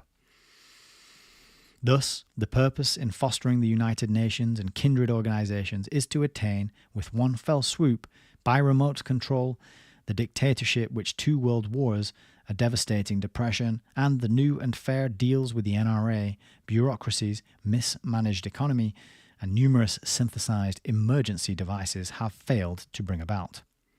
The UN has meant imposing upon the US and such other lands as have been foolish enough to adhere to it an irresponsible supergovernment, control of which implies dictatorial domination over the lives, wealth, and destinies of the citizens. This is clearly illustrated by the decision handed down on April the 25th, 1950, by the California State District Court of Appeals in the case of Sei Fuji, a Japanese. California has on its statute books a law that bars the ownership of land to certain Orientals. That law has been declared constitutional by the U.S. Supreme Court. In the Sei Fuji case, the court ruled that ratification by the United States of the UN Charter invests the Charter with force of a binding treaty which overrides laws which conflict with it, thus superseding and scrapping U.S. law and the Constitution. To serve the purpose of the conspirators, both the UN Charter and Constitution, with its Bill of Rights, were written by a horde of Rockefeller Soviet Axis agents in the various UN committees and commissions, with the aim of slyly destroying the US Constitution and converting the nation to a dictatorship ruled by the Rockefeller-Soviet axis. Its provisions for freedom of the press, for instance, have been written in the vein of the recommendations of the Rockefeller-dominated Commission on Freedom of the Press, when they are not identical with those recommendations. They prepare for destruction of that freedom under the pretense of preserving it. Its provisions for freedom of religion are similarly written, with sleeper clauses to facilitate destruction of religion on some such pretext as national security. The New York Times, in a special dispatch from Geneva on April the 23rd, 1951, reported, quote, "A number of leading representatives of labor, religious and cultural groups are beginning to wonder whether the efforts to draft the United Nations Covenant of Human Rights may not in the end do more harm than good to actual human rights." But ratification by the US of the UN Charter is treason of an order worthy of Alger Hiss. For although the Constitution provides for partial surrender of their sovereignty by the states to the federal government, the states have not yielded the right to transfer their sovereignty to any other power. The only conceivable circumstance under which the citizens and the states would be compelled to yield their sovereignty to any other power would be under duress of ignominious defeat in war that would render our nation incapable of defending itself and protecting its sovereignty. Not even Germany and Japan have been willing, in their defeat, to surrender their sovereignty to the conquerors. Nor have we, as victors, asked it of them. But the conspirators at home are forcing on the US terms that they have not dared to demand of even our defeated enemy. Abject surrender of our sovereignty to a foreign power, Rockefeller's UN. They have even imposed on the US the grant of extraterritorial rights demanded by Stoyan Gavrilovich and his committee of communists to the UN area in the midst of New York City that was so hurriedly offered to them by Rockefeller. Even prostrate and war-torn China refused to grant extraterritorial rights to the US or any other nation on the grounds that it was an affront to her sovereignty. But thanks to Rockefeller's philanthropies, we have become more supine and degenerate than China in this and other respects. There can be no room for doubt that ratification of the United Nations Charter by the delegates of the United States is absolutely unconstitutional and is susceptible of interpretation as treason. On this and other grounds, the people of the US should compel immediate withdrawal of our nation from the United Nations and the annulling of extraterritorial rights granted the UN in violation of our Constitution. The reason I read that whole paragraph the way I just did is because he's capitalized every single word in the paragraph and italicized it. So that's a very key takeaway and probably the main point of the chapter. In this illegitimate, high-handed and treacherous manner, the Rockefeller interests have contrived through the UN to bring about the new social order, which was the primary purpose of their philanthropies. The behind-the-scenes bosses of the UN have become the dictators of the US and of the world, but they now share that power with Soviet Russia. When Stalin told an interviewer that Americans are no longer masters in their own house, he might have said also, and quite truthfully, that through the UN he is more master of the United States than is its citizenry. Joseph Stalin defined internationalist as follows: an internationalist is one who is prepared unreservedly, unhesitatingly, and unconditionally to defend the USSR. In Stalin's sense of the word, the UN has served internationalism perfectly. Stalin trusted Alger Hiss worked well at Yalta and at San Francisco to fashion the UN into an ideal weapon for the Soviets. No longer do the espionage agencies have to depend upon the Rockefeller-financed Institute of Pacific Relations for their dirty work. The US Treasury-financed UN is infinitely better equipped to serve their purposes and bring the ultimate objective of the Axis world conquest infinitely closer to attainment at no greater cost to it than mere words and debate. Soviet Russia sits at the UN table with the very powers she seeks to destroy, fully protected against any action against her own aggression by the ever more numerous votes of her satellites added to her 3 votes, and by the power of veto. Side by side with Hiss, at Stettinius's elbow, was Dalton Trumbo, a notorious Red of the Stalinist breed.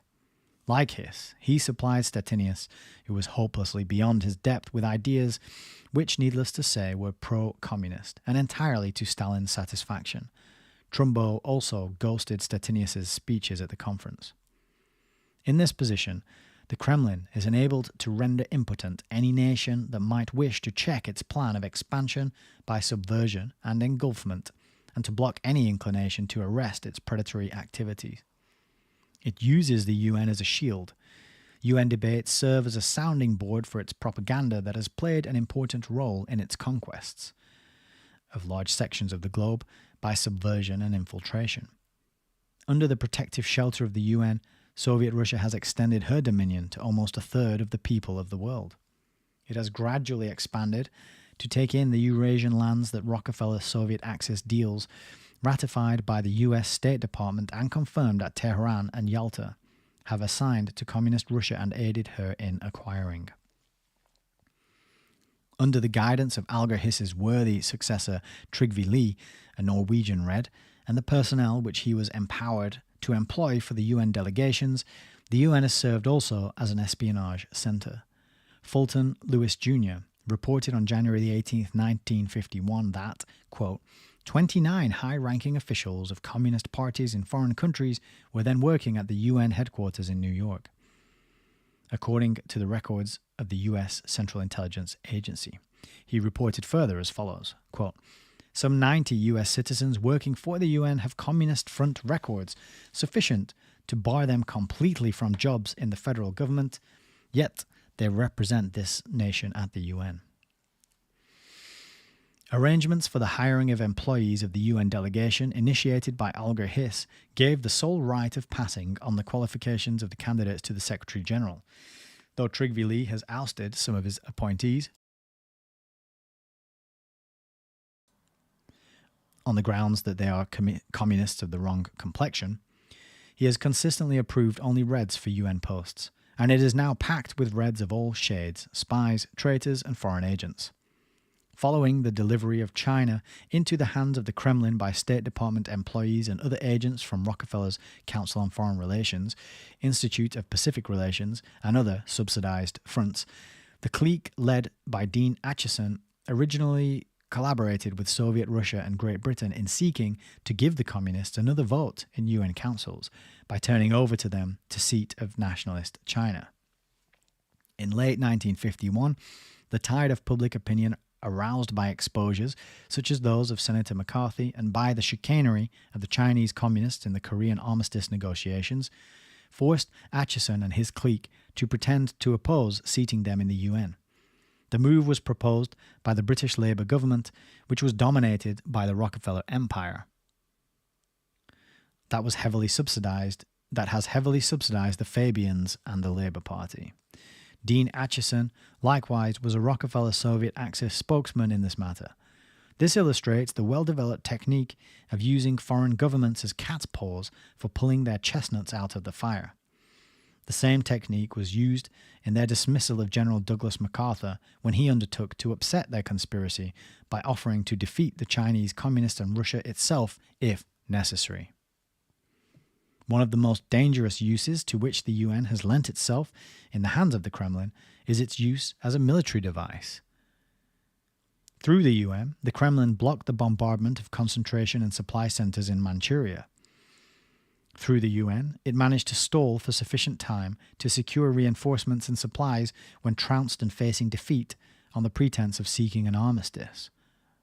By the UN, Marshall Plan, and NATO, which aided Britain, their undercover ally, the Soviets have been supplied with jet engines and planes, and their plans that were developed at the expense of US taxpayers and are so far superior to those that the English have supplied the UN forces and to our own, that on November the 11th, 1951, General Vandenberg, as head of our Air Force, announced that all of the UN planes and jets recently built and currently being built are already obsolete and are being destroyed by the Russian Air Force.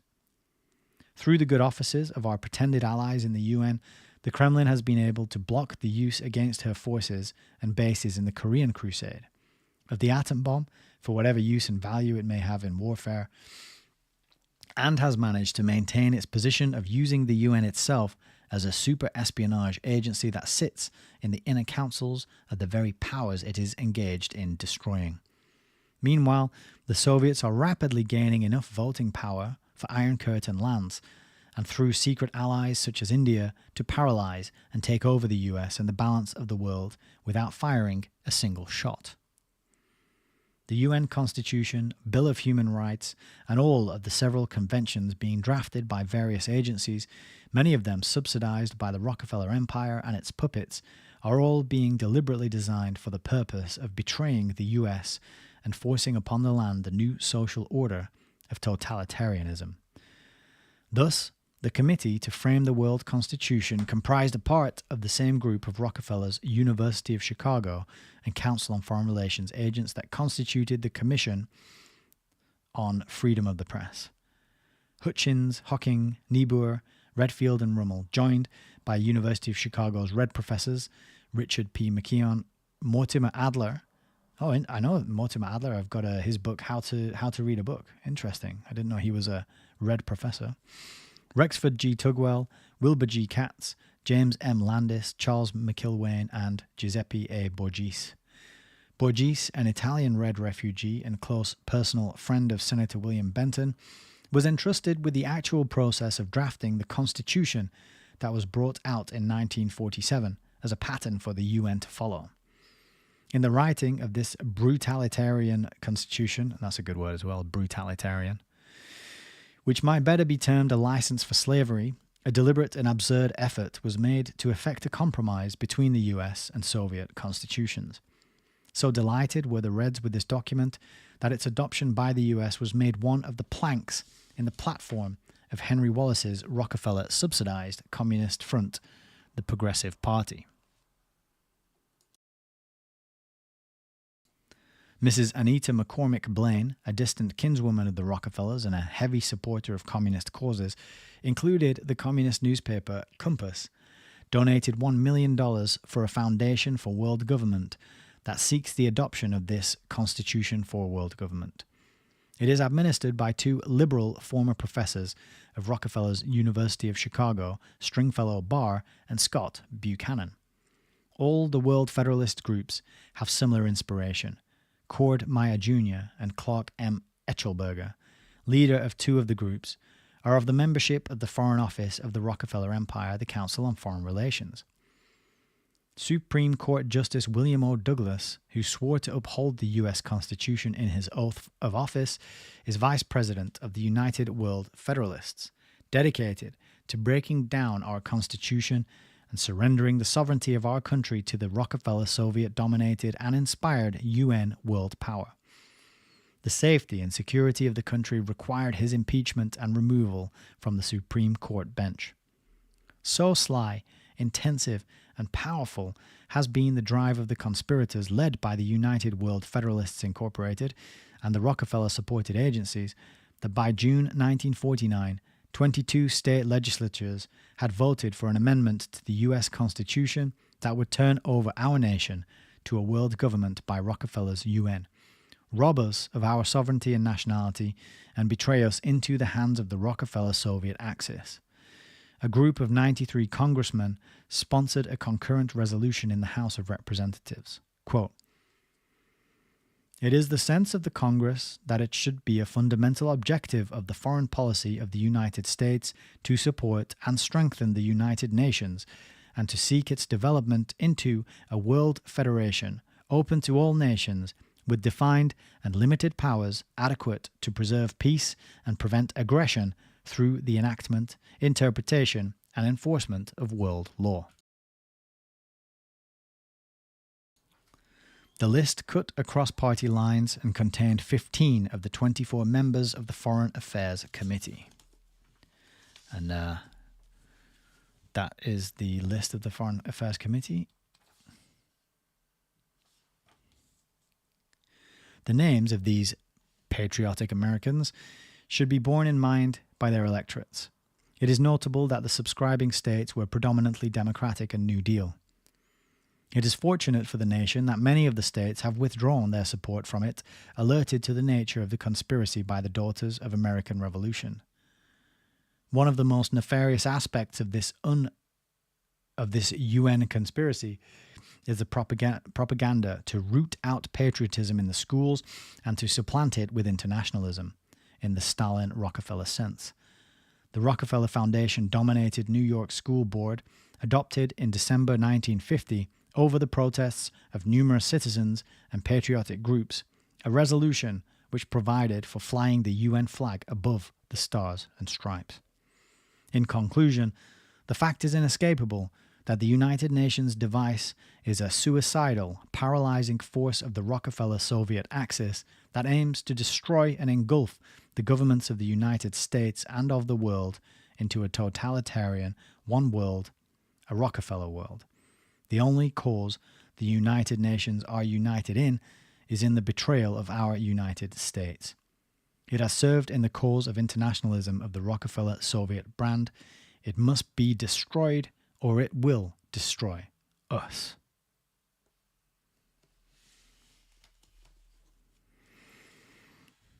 And that was written in 1952. I'll just leave that book on the screen there if anybody wants to track down a copy and buy that. Powerful chapter. I didn't know it was going to be that long.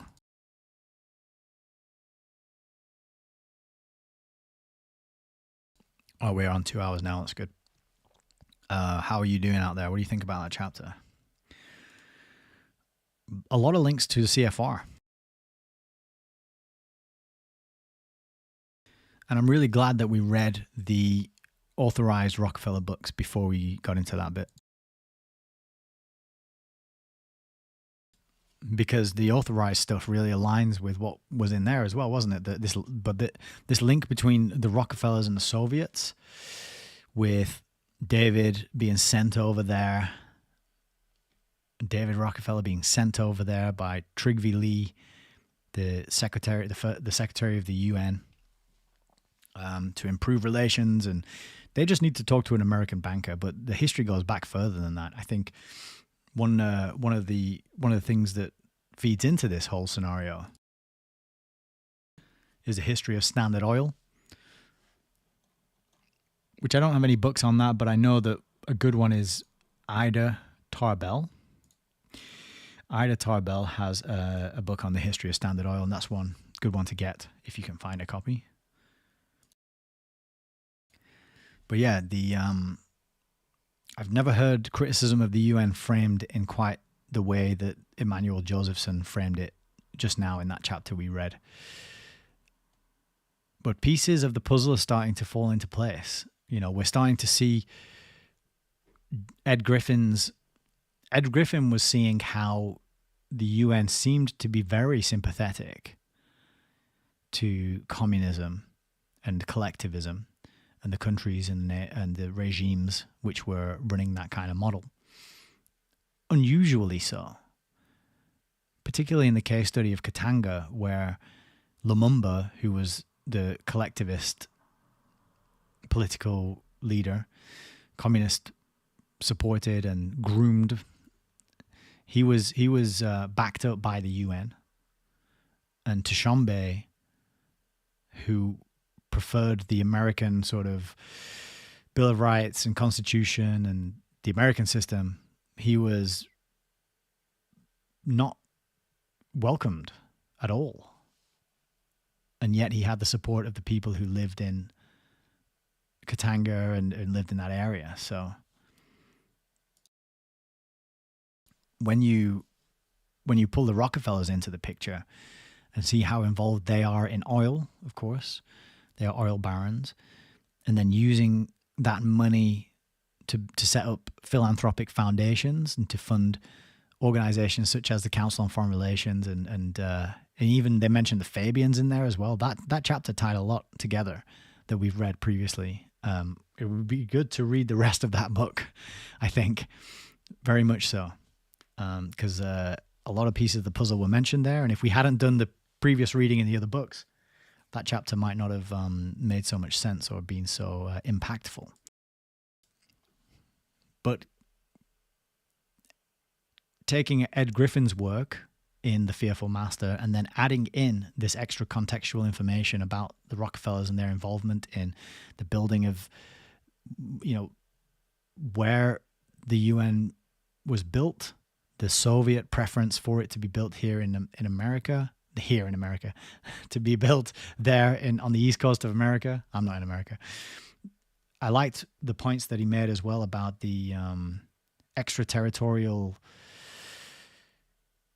status given to the land that the UN was on, and China and Japan and Germany refused to allow that to happen, and China refused to allow that to happen, saying no, nothing you build here is going to have this special permissions for, I don't know what you call it exactly, extraterritorial benefits, or it's like diplomatic land. It's protected, isn't it? It doesn't count as part of America, the ground that the UN is built upon, which is very strange because obviously it's in America and it's connected to America. So it changes the rules about who can go there and who can get in and out and what can be done there, and secrecy and policing. And that's why it becomes a hotbed for espionage and for agents of the communist and the Soviet regimes to come into America. And once they're in, they've got diplomatic immunity. That was mentioned by Ed Griffin as well in his book. So you start to see how the game is played at a higher level than country versus country.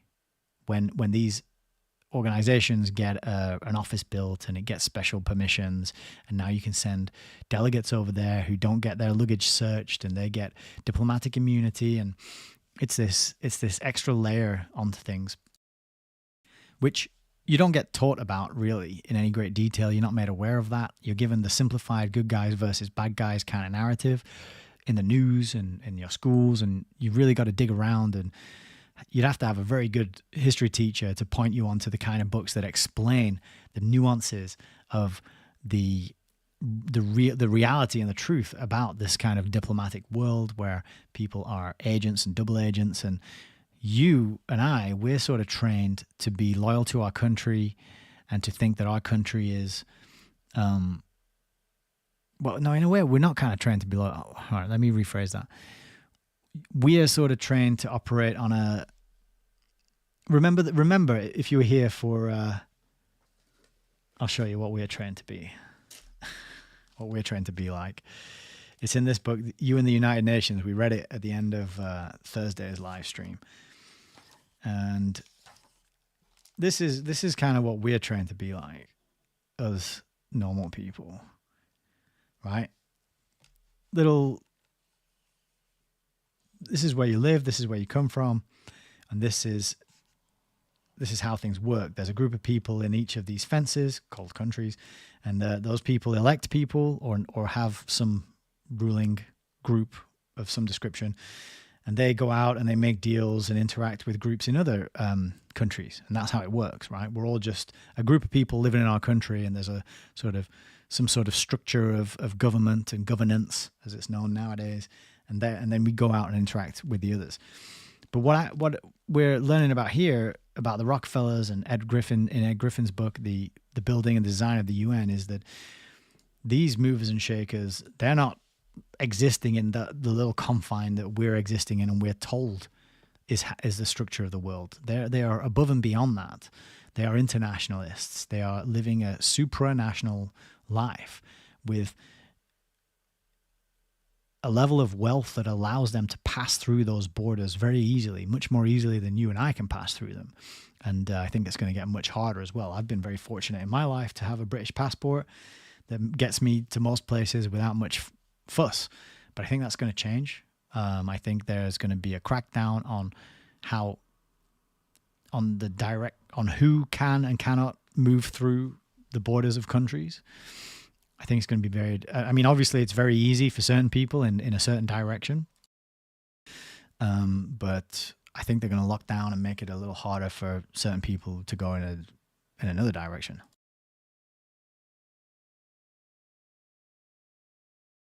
That's why you kind of get the feeling that these internationalists are working to create freedom for themselves and control and lack of freedom for everybody else. In other words, slavery for everybody else, you know.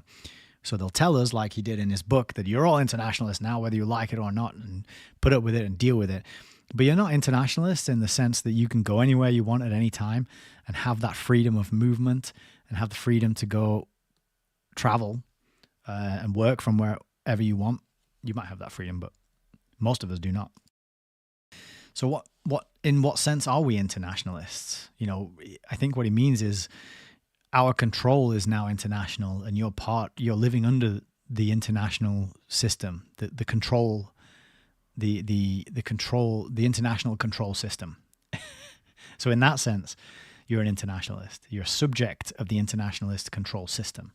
I think that's kind of what he's saying. We're not going to get the benefits of being able to move freely and go wherever we want. That's going to get locked down because they're going to roll out this kind of a digital control system that's going to take a lot of energy and electricity to get that system up and running. Which means more energy going to that system to run that and less energy for me and you to enjoy our lives and do what we would like to do, I think. But what do you think about that chapter? Any comments or feedback? Celine Lyon says, whose law is this, quote, world law? Yeah, it's just whoever makes it. Whoever's got the power makes the laws, makes the rules, right? Similar to the Washington City of London and the Vatican, yeah. It's another little nexus of control and power, right? Celine Lyon says, a free-range people farm with state-run Prussian education and media designed to keep humanity stunted and controllable. Well said. That's a very good summary. I haven't figured out how to do it so I can highlight comments and put them on the screen during the stream, but I'm going to do that at some point. If I could do that, I would stick your comment on the screen here for everybody to read. But that's a really good summary.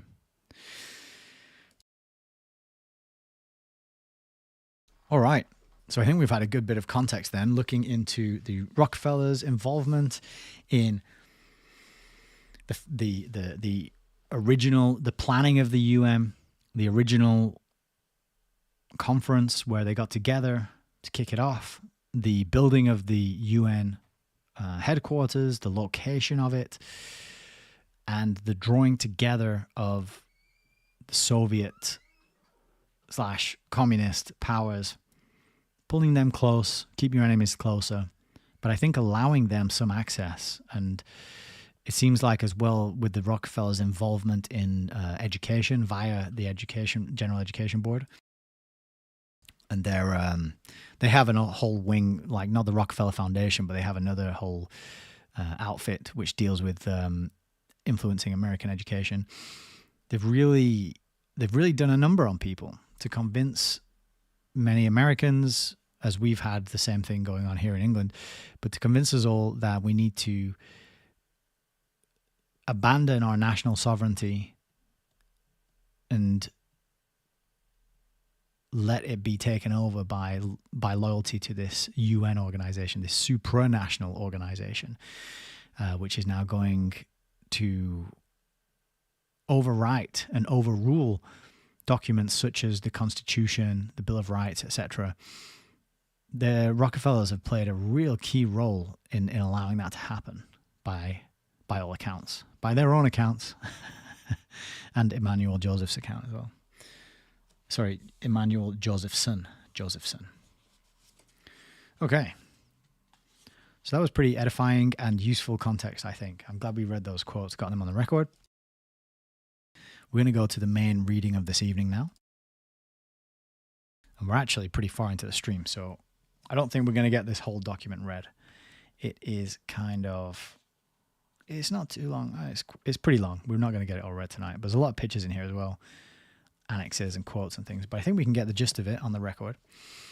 And now that we've built out a bit of the context and seen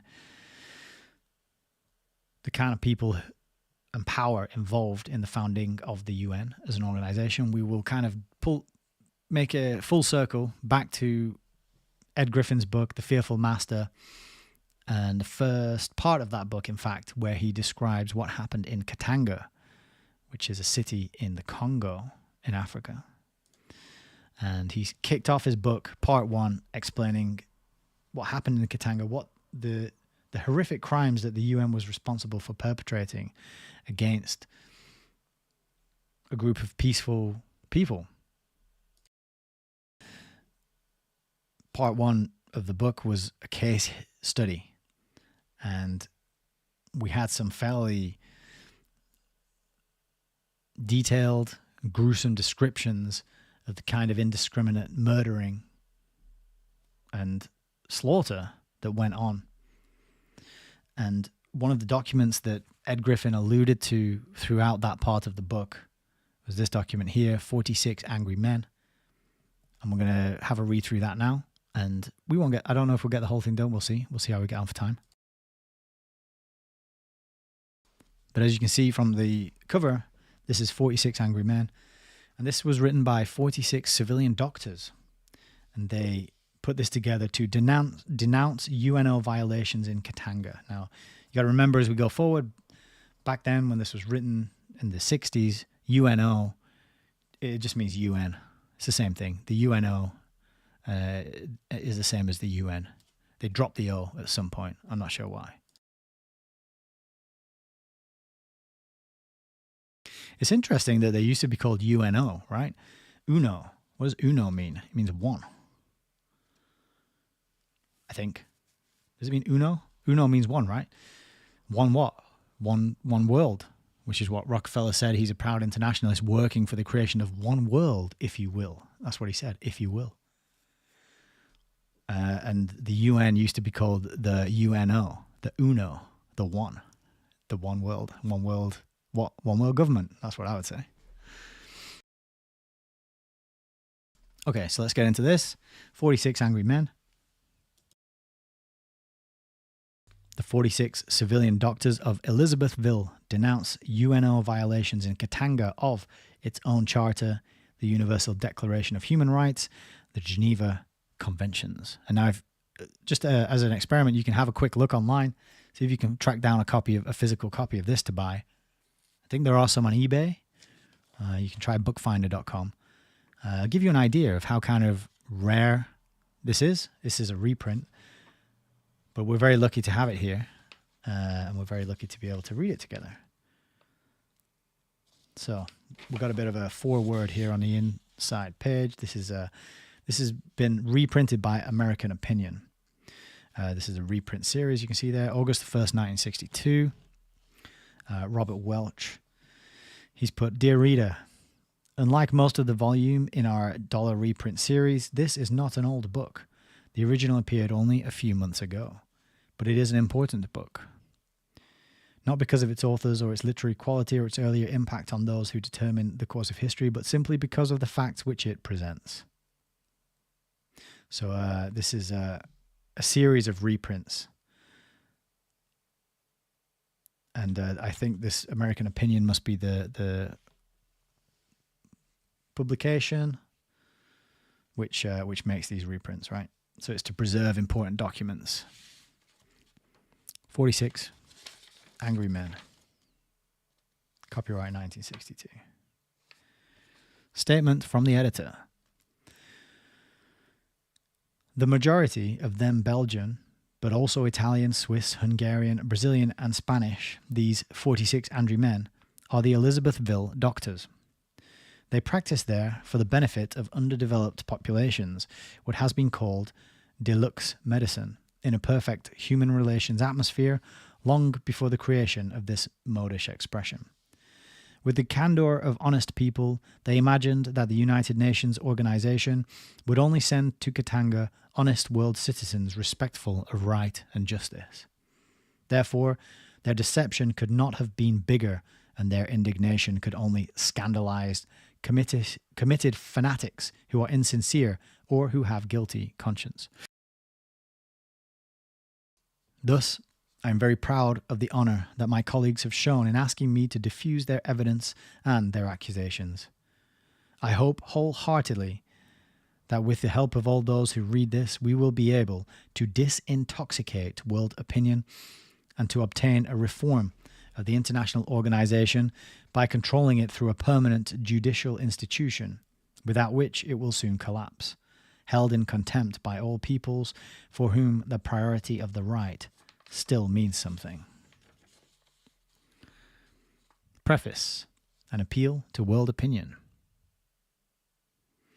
Belgium, faithful to a long tradition of international cooperation, has not lacked in supporting the United Nations organization, of which it has always been an active, loyal and devoted member, and within which it has never ceased to promote conciliation and collaboration of peoples in the high interest of peace.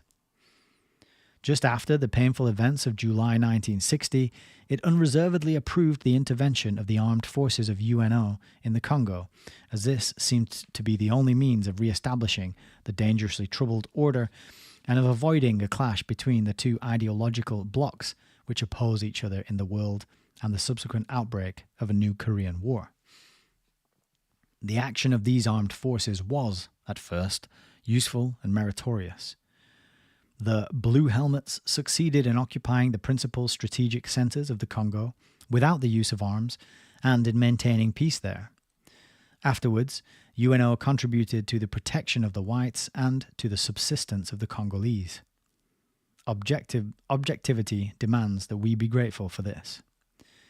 But the same desire for objectivity obliges us to note that the UNO later thought it necessary to engage in veritable war operations in Katanga, a decision which can be justified neither in law nor fact, and of which M. Spaak, Belgian foreign minister, was able to say that it had been in certain respects carried out under conditions that were truly inhuman. In the course of these operations, huge industrial riches and sources of supply were destroyed. Numerous lives were sacrificed among the civilian population, black and white. According to reliable witnesses, acts of looting, murders, and common law crimes were committed by soldiers or by agents dependent upon UNO. In the pages which follow, the 46 civilian doctors from Elizabethville expose a large number of violations of the Geneva Convention. Quite rightly, these revelations have provoked an emotional indignation in the heart of public opinion, not only in Belgium, but in many other countries.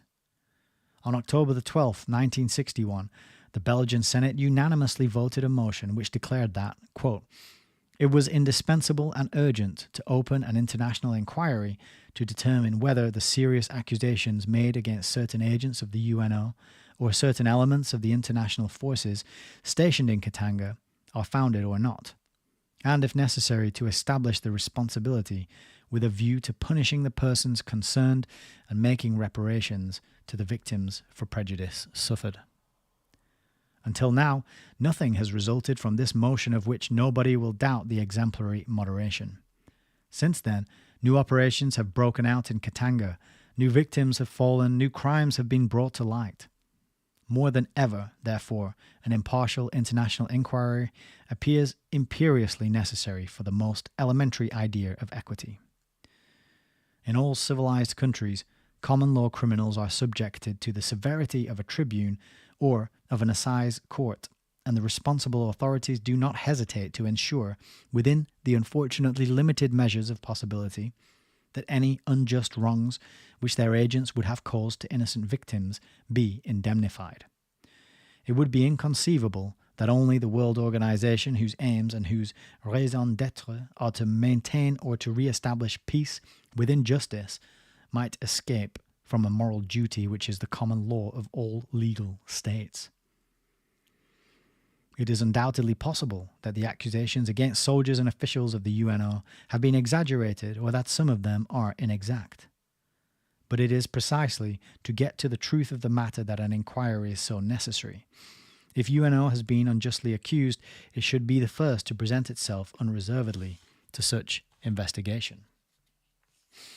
Those who, like the authors of the appeal which we are about to read, animated by a regard for justice which commands respect, demand an inquiry, are serving the interests of the UNO better than those who would like to throw a hypocritical cloak over the dramatic facts which are exposed. World public opinion must not desist in demanding full illumination. It is a question of honor for those who are not resigned to the triumph of injustice over right. And that was Paul Struy, president of the Belgian Senate. Okay, just take a sip.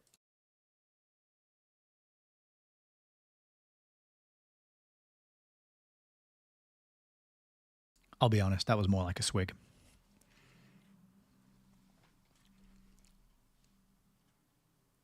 Okay, so it says, this is from a telegram from U Thant to Mr. Spack.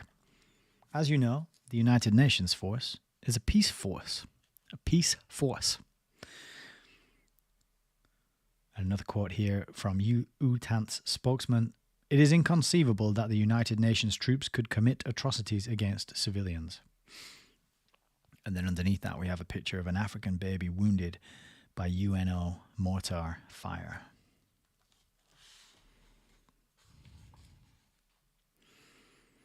To the President of the Central Committee of the International Red Cross, Geneva, Switzerland.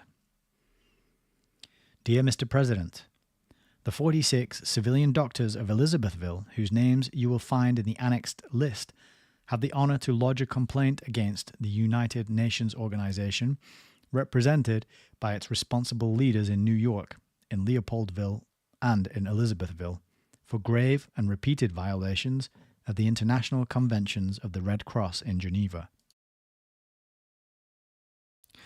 Here is a partial list of the violations ascertained. First-degree murder and assassination of unarmed civilians, among whom Messieurs Hermano Prina, Gianni Mino, Kipaso Solo, Kulemuna John, Jose Cabutano, Julius Lubunda, Nasoni Bwalia, Kiambo Joseph, Bwalu Stefan, Kawatu Samakai, Sunga Gregor, Charles Cranes, and George Henriul, all killed on December the 5th, 1961. Mrs. Henriette Baratella Cervais, Mr. George Olivier, delegate of the International Red Cross, Mrs. Nicole Vrunen, Mr. Sijt Smeding, all killed on December the 13th, 1961. Mr. Julain Chisimbamba and his wife Susanna Cabena, Mr. Guy Stutterheim, Mr. Mark Begnes, and Mr. Guy de Decken, all killed on December the 15th, 1961. Mr. Guillaume Derricks, Mrs. Derricks, his mother, Mr. Jean Fimbo, all killed on December the 16th. Mr. Jean-Claude Favre, killed on December the 18th.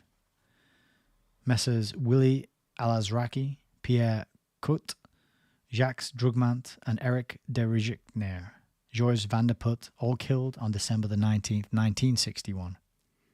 Mr. Kassamba Emmanuel, killed on September the 13th. Messrs. Kipilili Pili, Muteba, Pawiste Tenbosch, all killed on September the 15th. As you will see from our documents, this list includes not one single soldier, nor a single civilian killed by mortar or of uncertain origin or stray bullet, or whose doubtful case is not sufficiently proven by conclusive evidence. Second-degree injuries to the integral parts of the body. 2. Injuries to the integral parts of the body, voluntary wounds. 3. Rape. 4. Arbitrary arrests with or without brutality. 5. Unmotivated machine gunning of civilian houses. 6. Taking of hostages. 7. Faking and camouflaging equivalent to false testimonies. 8. Multiple thefts and looting from jewels and wristwatches onwards up to cars, vans and trucks. 9. bombing of the Prince Leopold Hospital in Elizabethville, of the Rhine Elizabeth Hospital in Elizabethville, of the Shinkolobwe Hospital, bombing without warning and without delay for evacuation of the hospital and of the missionary buildings of Lubumbashi. 10. Utilization of the Hospital of the United Nations in Elizabethville for military purposes. 11.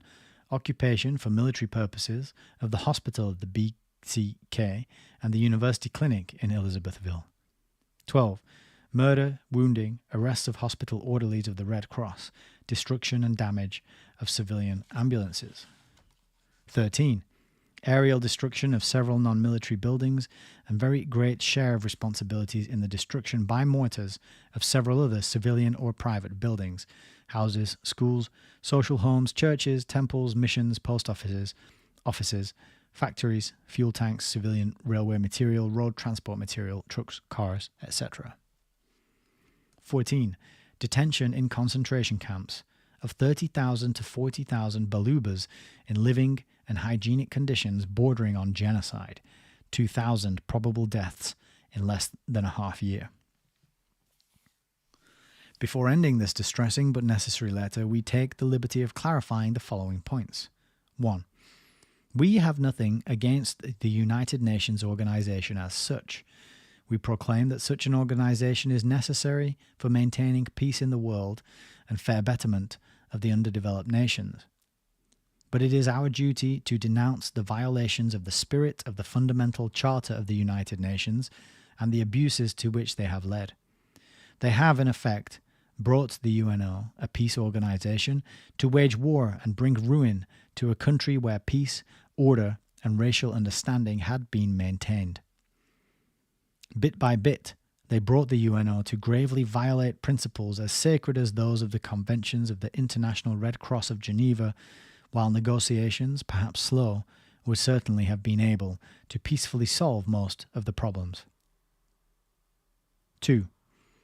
It is not as active partisans of an independent Katanga that the civilian doctors of Elizabethville have thought it their duty to warn the world conscience, but strictly as citizens of the world, besides being bound by the Hippocratic Oath, which compels them to fight against death wherever it may come from. They have striven against the epidemic of bombs, mortars, machine gunning, with the only available preventive weapon at their disposal, a vehement protest from the start of the fighting. It seems to be evident that without their warning world opinion, the results would have been even more tragic. We are enclosing with our complaint a detailed record of 34 pages referring to some of the established violations. These records have been established through our own investigation, independent of that made in all calmness by the magistrature of the state of Katanga. The letter can, unfortunately, only record precise facts, receive under oath several testimonies, try to obtain dispassionately evidence proving the accusations, but it cannot take legal proceedings against, nor judge, nor even inflict just penalties on the unworthy members of the United Nations organization who benefit from an immunity which we believe to be contrary to natural ethics. Consequently, we beseech you to lodge our complaint with the highest representative of the organization of the United Nations, to make use of your moral influence, which is very high, in order to obtain the fair setting up of an impartial international investigations committee, to insist with a view to setting up a permanent Supreme Court of Justice capable of trying those responsible leaders and the members of the UNO guilty of crimes and misdeeds, either directly or indirectly through neglect, through lack of information, through culpable incompetence, through docile acceptance of orders contrary to natural ethics. The duty of an honest man is to resign when he is asked to accomplish a heinous crime. We remain, dear Mr. President, yours respectfully, on behalf of the 46 civilian doctors of Elizabethville, whose names appear on the list hereafter. The Dean of the Medical Corps, Dr. Roger van Grindebeck. And we got all the list names of the 46 doctors here, which I'll get on camera, but I'm not going to read them all one by one. but you can have a look there and pause maybe later and look back. A lot of them, university, government. This reminds me a lot of the events of the last 4 years when many, many doctors were coming to speak out and were shouted down, deplatformed, demonetized, called crackpot conspiracy theories, etc., etc. All right. Concerning some of the violations of the Conventions of Geneva by the UNO. This is August the 12th, 1949. No, it's not. I guess that's the Conventions of Geneva, isn't it? Murders. Article 3. Persons taking no active part in the hostilities shall be treated humanely. In particular, murder of all kinds are prohibited. 1. On December the 5th, 1961.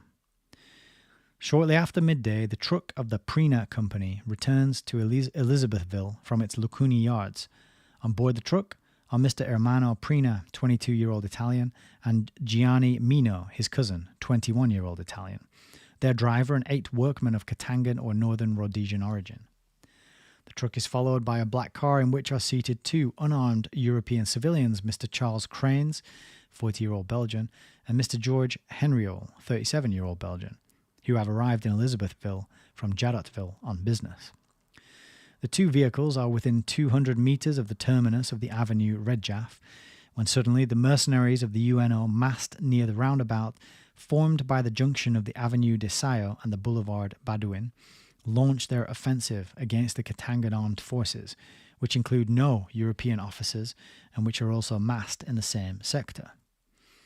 Without taking the slightest consideration of the fact that these vehicles are transporting unarmed civilians, some Indian hirelings open fire on them, bursting their tires.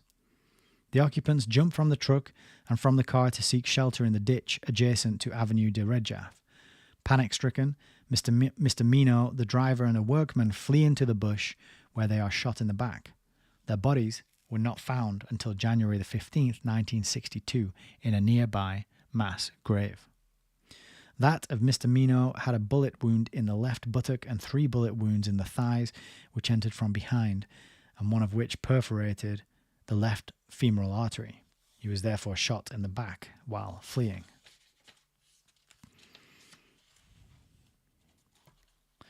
Mr. Prina and the 7 other workmen crawled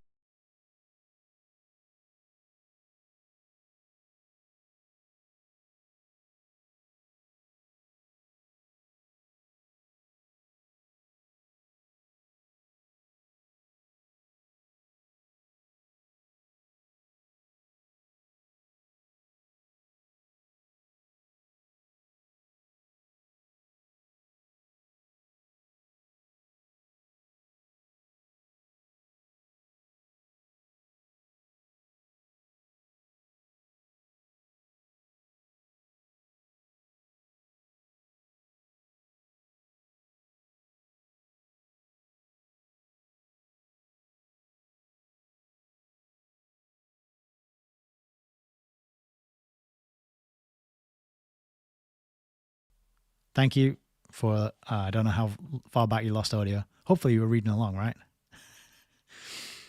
I think when I turned the page, I must have clicked the mute button there. Apologies. So I just read these 3 paragraphs at the top. Sorry about that. That was very unprofessional. I'll go back here. Mr. Prina and the 7 other workmen crawl as far as the conduit situated opposite the electric post number 50. The concrete conduits are wide and allow several of them to crouch inside. Other Katangans who are passing by also take cover in the ditch.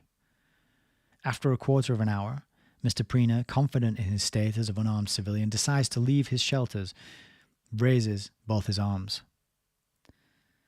Yeah, no more beer for Nick, exactly. The Indian hirelings immediately shoot him down with a bullet which shatters his left arm. He is finished off by a bullet in his right lung. Mr. Crines and Mr. Honriel, as well as Mr. Gregor Sunga, are killed while in the ditch.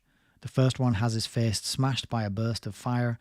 The second one is hit by 2 bullets which pass diagonally through both his lungs and also perforate his heart.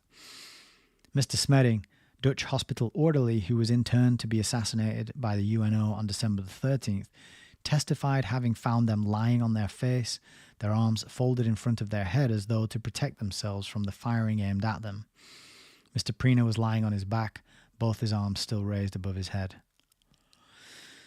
The Indian mercenaries then advanced and from a short distance, machine-gunned the workmen hidden in the conduit, killing 6 of them: Messrs. Jose Cabutano, Julius Lubunda, Joseph Kiambo, Kawatu Samakai, Boalia Nasoni, and Boalu Stefan, and grievously wounding the 7th, Mr. Chifunda, our witness of this slaughter, who shamming death and half suffocated by the bodies of his companions, only came out the next morning at about 7 o'clock. Together with 6 other bodies, he was picked up by hospital orderlies of the Red Cross and taken to the Rhine Elizabeth clinic, where he was still in treatment at the beginning of January 1962. The 4 other bodies were only removed from the conduit on January the 12th in the presence of the public prosecutor. Result: 4 unarmed Europeans going about their peaceful occupations, and 9 Katangan and Northern Rhodesian workmen, with no defence and without being summoned, are assassinated in a cowardly manner by the Indian hirelings. A couple of images here. This is number 2, on December the 10th, 1961. So this is Father Michel Lanciers burned out by bazooka fire from a UNO Swedish armour car. And Brother Adrian gathers the ashes of Father Mitchell. I guess it's Michael, actually. At about 2 p.m., Father Alexandra Ferdinando Gagner, known as Father Michael, goes to the St. Paul's Convent to collect the Holy Sacrament.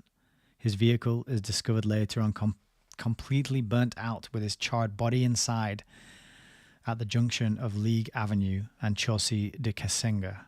It had been bazookaed by a Swedish armoured car. The ciborium with the holy species was found next to the father's remains.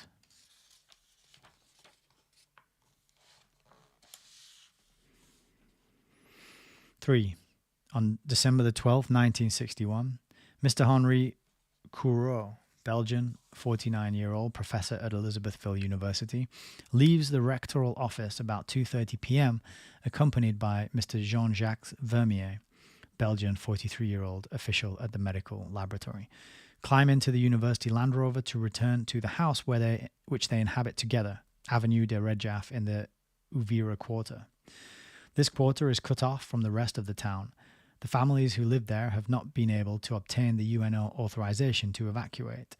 Provisioning is impossible. Water and electricity are cut. There are many children. Thus, for 3 or 4 days, Mr. Courreau and Mr. Vermier, the latter in a white coat and regulation armband of the Red Cross, daily make the outward and return journey to town via the detour of the Cassapa and the golf course. This time, they load the vehicle with 3 druma of drinking water and some provisions for themselves and their neighbours, in order not to pass by the Sabina guest house occupied by the Ethiopians, nor by the new incomplete hospital, with risks to be caught between the fire of mortars and machine guns. They have had the habit of taking a relatively serviceable path which passes close to the race course at the end of the Cassapa Road at Camp Simonet, and which brings them out not far from their house. Mr. Lippert, Belgian, 34 years old, a dealer, who also wants to obtain provisions for people in the Uvira quarter, forms a caravan with them by following in his car. Towards 3 p.m., they pass alongside the Cassapa police camp, the last area where they are seen alive. They come out at Camp Simonet, penetrate the path which zigzags across a jungle of termite hills, bushes, and very high grasses, and find themselves suddenly face to face with an Ethiopian patrol. These make them stop. They descend, perhaps make some movement towards escape, and are shot down and finished off. The Ethiopian soldiers get rid of the bodies by throwing them into the hole formed by an old quarry, which has since become a lake. Since then, it is the UNO personnel who amble around in the 2 intact vehicles. They have been satisfied to blot out the indication Université de l'État, by means of 3 black marks and to replace it by the inscription ONU. Note, in all civilized countries, the driver would be arrested under suspicion of murder or receiving. On February the 14th, 1962, that is to say 2 months later, acting upon indications given by an Elizabethville radiesthetist, not sure about that one, radiesthetist, have you heard that before? A new search is organised by the medical department and the Katanga Red Cross. With the collaboration of the Swedish battalion, and the bodies are miraculously found in the corner of the lake under a few spades of earth and dead leaves and under some branches arranged to camouflage the site, half submerged by the water of the lake swollen by incessant rains. The bodies of Messrs. Vermeer and Lippert are head to foot. That of Mr. Corot is at a sharp angle. They are clothed, but their pockets are turned inside out. Rings, marriage band, and watches have been stolen. Reaction of the Swedish soldiers, quote, "This sordid theft shows that it was the Ethiopians who did the job." Result: 3 European civilians, including one protected by the Red Cross armband, shot down unarmed and robbed by Ethiopian mercenaries. One is killed by a bullet in the jaw and in the heart. Another by a bullet in the right lung and a bullet fired into the mouth. The third by an explosive bullet in the right lung. 4. On December the 13th, 1961. Mr. Payan, driving a tarpaulin-covered blue Jeep and accompanied by Mr. and Mrs. Willie Servais, as well as Mrs. Mercier, having sheltered in the college, tried to reach the Tabarin establishment not far from the future new Rhine Elizabeth Hospital via the Kasapa.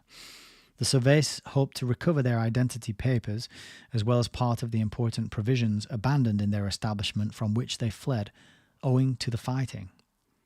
According to the information which they had been able to get, this area was calm. About 4:15 p.m. they reached the police station of the Kasapa 2, where one assures them that everything is quiet. Taking the avenue Duvira, the Jeep keeps on in the direction of the future hospital, which has been used as a hotel since July 1960. Suddenly, Mr. Servais sees a white vehicle of the forces of the UNO standing in front of the entrance porch of the hospital. Threatening Ethiopian mercenaries appear. Mr. Payan gets out of the Jeep and, while waving a white handkerchief, shows that he wishes to pass. With great gestures, the Ethiopians refuse and order them to turn back. The Jeep starts to turn back, and at that moment, an Ethiopian hireling fires from inside the white vehicle and shoots a bullet into the neck of Mrs. Servais, French, age 36, who collapses. As the bullet comes out, it explodes and completely smashes up the lower part of her face, from the wings of her nose down to her chin. While his companions jump from the Jeep in order to take cover, Mr. Servais grabs hold of his steering wheel and at a high speed rushes his wife, with the death rattle in her throat, to the police camp of the Kasapa, where she dies almost immediately. Her body is taken to the morgue at about 7 p.m. Result: 1 unarmed European woman treacherously assassinated by an Ethiopian hireling while the Jeep was complying with orders received.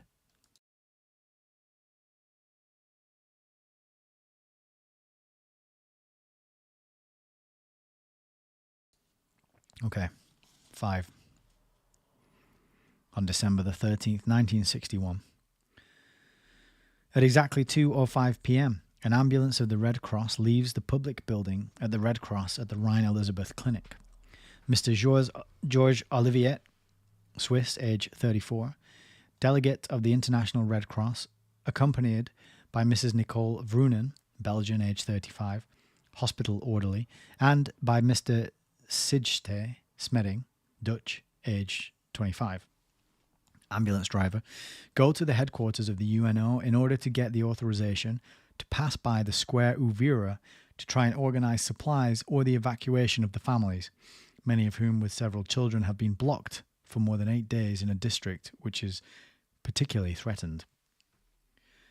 Having presumably received the pass, these three heroes reach the square Uvira, go into the avenue Redjaf, come into contact with several families, and want to keep on their tour despite urgent advice to the contrary given to them by these families, who tell them to beware, as the area is full of Ethiopians who fire at sight on anyone and anything.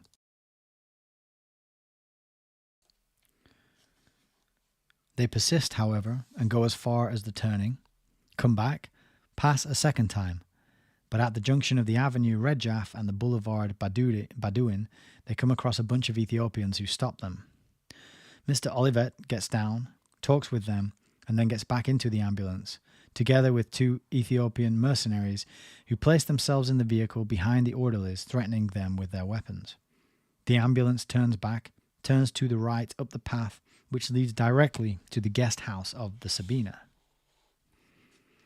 Many testimonies agree on the preceding events, as well as on the fact that the area was completely abandoned by the Katangan forces.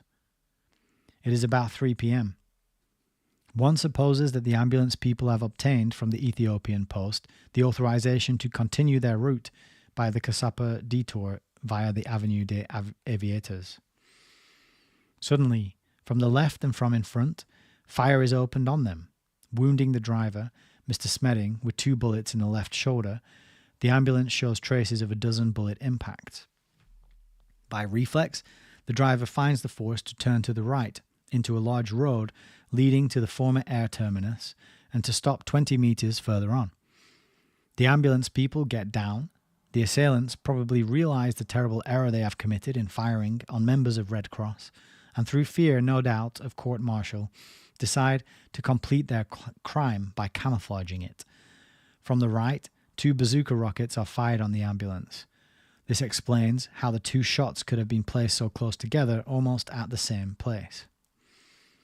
Another possibility had been envisaged, that after the gunning, the ambulance was stopped in Avenue des Aviators, then brought with the victims by the assailants into the road where they were to be found 11 days later.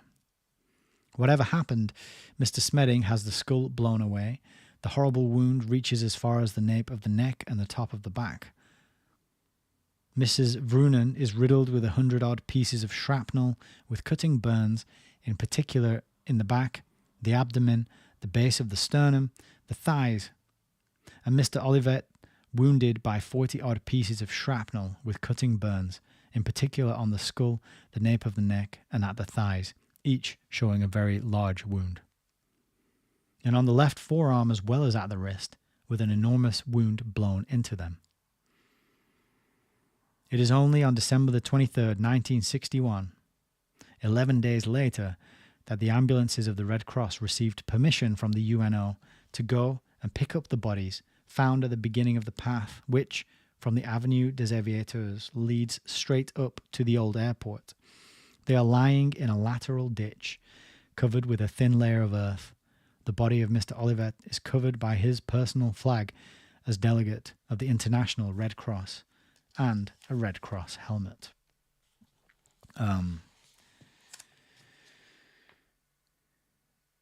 There's a really gruesome picture, which I'm not going to show. It's charred sort of remains, basically, but it's Mr. Smeding. No, sorry, Mrs. Vrunen. It's Mrs. Vrunen from the previous story. Here's the vehicle, though. The vehicle, of which 3 tires have not melted under the influence of the heat, shows traces of fire in places. The ignition key is in the on position. Some petrol still remains in the tank.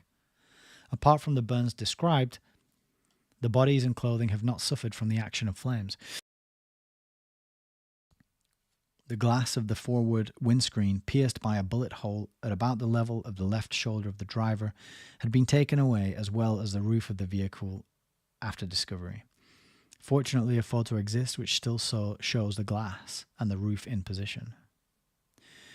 This camouflaging, these removals, this long delay shows sufficiently the embarrassment of the UNO forces, dismayed by this big mistake.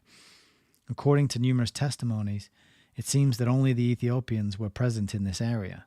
Besides, the Katangans are well acquainted with their ambulances and respect them.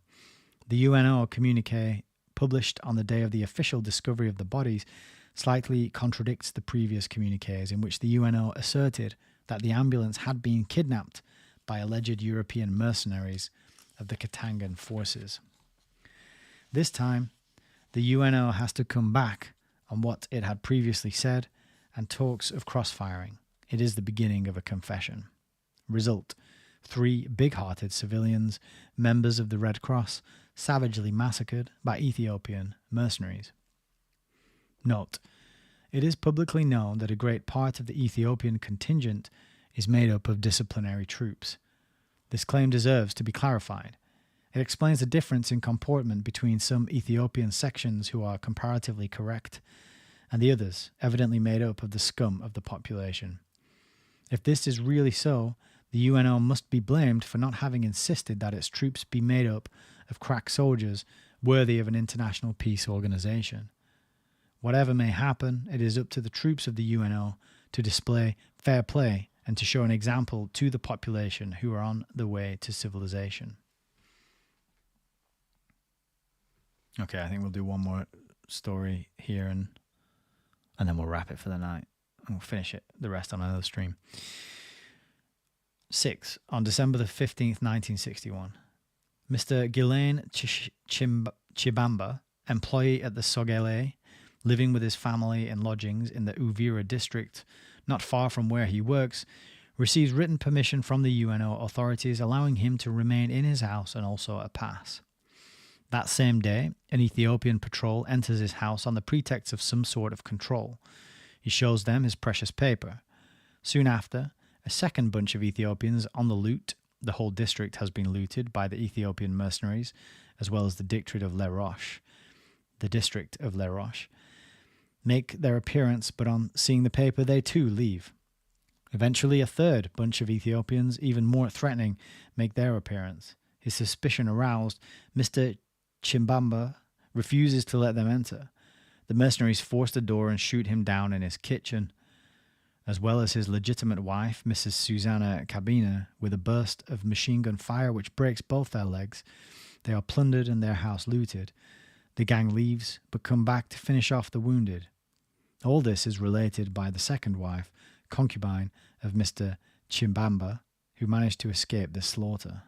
Result: 2 peaceful Katangan civilians without defense and with guaranteed UNO protection are savagely massacred by Ethiopian mercenaries.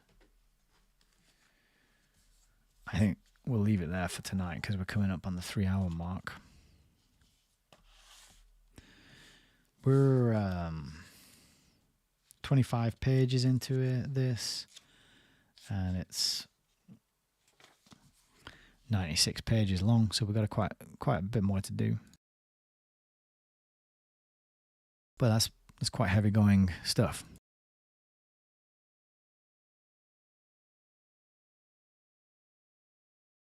And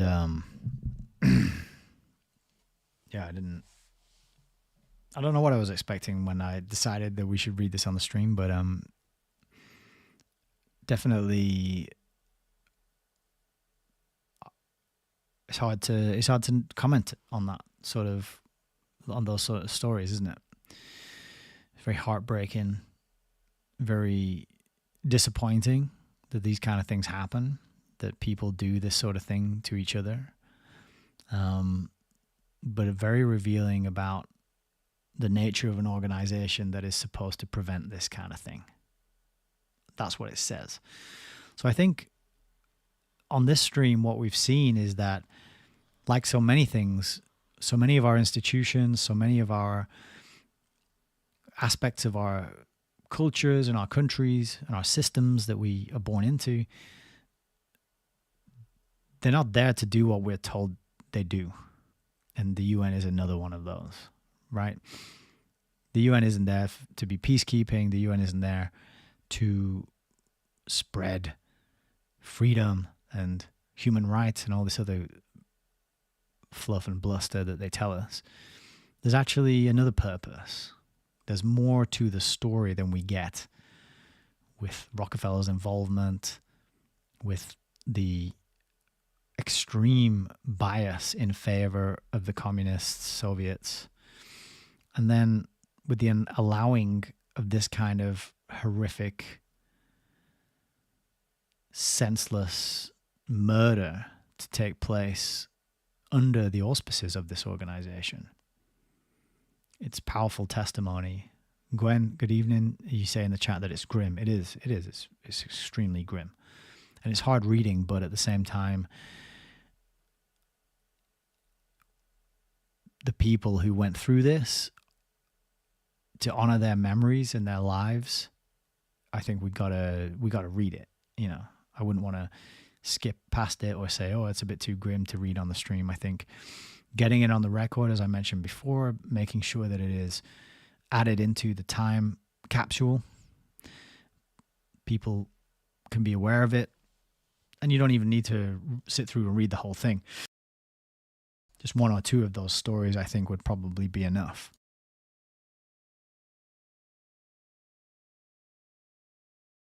But it's incredibly sobering. It's incredibly sobering, and it's not war and conflict, and it's never as clear cut as it seems in the movies, in the films. The good guys versus the bad guys, the near scrapes, you know, the heroes, the warriors duking it out and fighting and going to a noble death. In reality, it's messy. In reality, it's grim. And innocent people get hurt all too often. And the UN's supposed to prevent this, or the UNO, as it was known then. And clearly, there was something going wrong. As I was reading that, I was thinking, I'd like to know what occurred afterwards. Because remember, this book, The Fearful Master, was 1964, and this was published around that time as well. What was it again? I'd like to know if reforms were made, if this is 1962. I'd like to know if there were reforms made to the training or the recruitment of the soldiers that they allowed in to be UN peacekeeping, the peace force, the peace force. I'd like to know if some of these problems that Ed Griffin describes and the 46 angry men spoke up against were resolved in some way. I'm not sure. I'm not so familiar with the history of the UN and the things it's been involved in. This is kind of my first foray into learning about and understanding the UN. And I got to say, so far from what we've learned, I'm not a big fan. You know? They don't strike me as a particularly beneficial organization doing good things. I'm not impressed from what I've read about how they were founded, the organizations, the origin story. And maybe in the years since the 1960s, they've done wonderful things. Maybe it's all transformed and they just got off to a bit of a shaky, rocky start, but actually it's much better now. And none of this kind of stuff happens anymore. And they made amends for these kind of things, but I find that hard to believe. Given the state of the world as it is, and the agendas that seem to be rolling out in line with Rockefeller, forcing us all to be internationalists, forcing us all to be hyper-connected through our communications technology and to be grateful for all the cultural mixing that's being forced upon us without our consent, without our approval. I get the feeling that the UN hasn't really changed direction since it was founded and has probably just carried on plodding straight forward in the direction of totalitarianism and one world tyranny, as described by Emmanuel Josephson in that excellent chapter that we read tonight as well. Oh, we got ESP over on Odyssey. Good evening. Says, radiesthesia describes a physical ability to detect radiation emitted by a person. Oh, wow. So that's a person's ability to detect the radiation emitted by another person. Yeah, that makes sense. It reminds me a little bit of the other word, synesthesia or synesthesia, where your sensations are mixed up. So your smell, your sight, your audio, you can hear colors and these sensations all get mixed up and you experience the world in a very different way that none of us can really imagine because we only know how to imagine it the way we experience it, right? But thank you for your ESP for that definition. I appreciate you popping in with that. Very kind of you. All right, I think we're going to wrap it up there. That is 3 solid hours. I think you will agree some very valuable and important stuff relating to the UN captured in tonight's stream for posterity. And we're going to have to come back and finish this 46 Angry Men document, though. So we might do that over the weekend, bank holiday weekend here in the UK, so we get an extra day off. Maybe I'll squeeze another live stream in Monday or Tuesday. I'm not sure yet. But once we're done with that, we'll be moving on to the next book. But I'm not sure when that's going to kick off. So the best thing to do is to follow me on Twitter, Telegram, Instagram. There you can keep up with my broadcast schedule.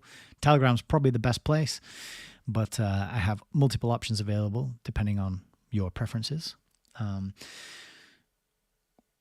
Sign up to one or all of those, then you can stay in touch with me and speak to me directly, and you can see when I'm going to broadcast again, because I'm going to take a little break, I think, before we start the next book at least.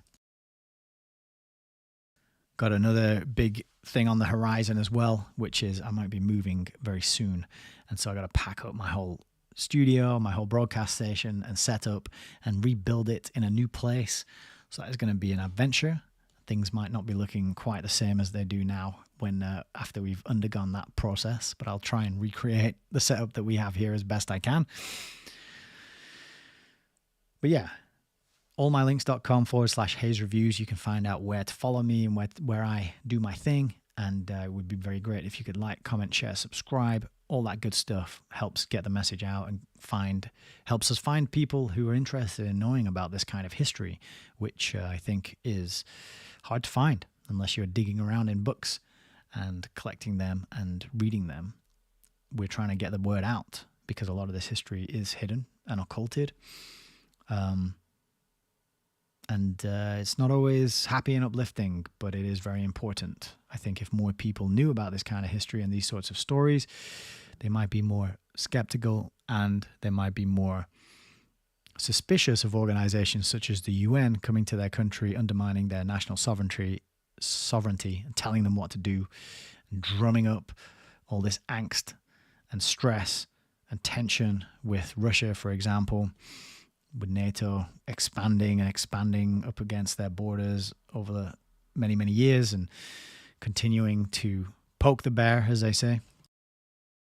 These organizations don't exist for the reason that we are told they exist for. And so once we realize that, we have to go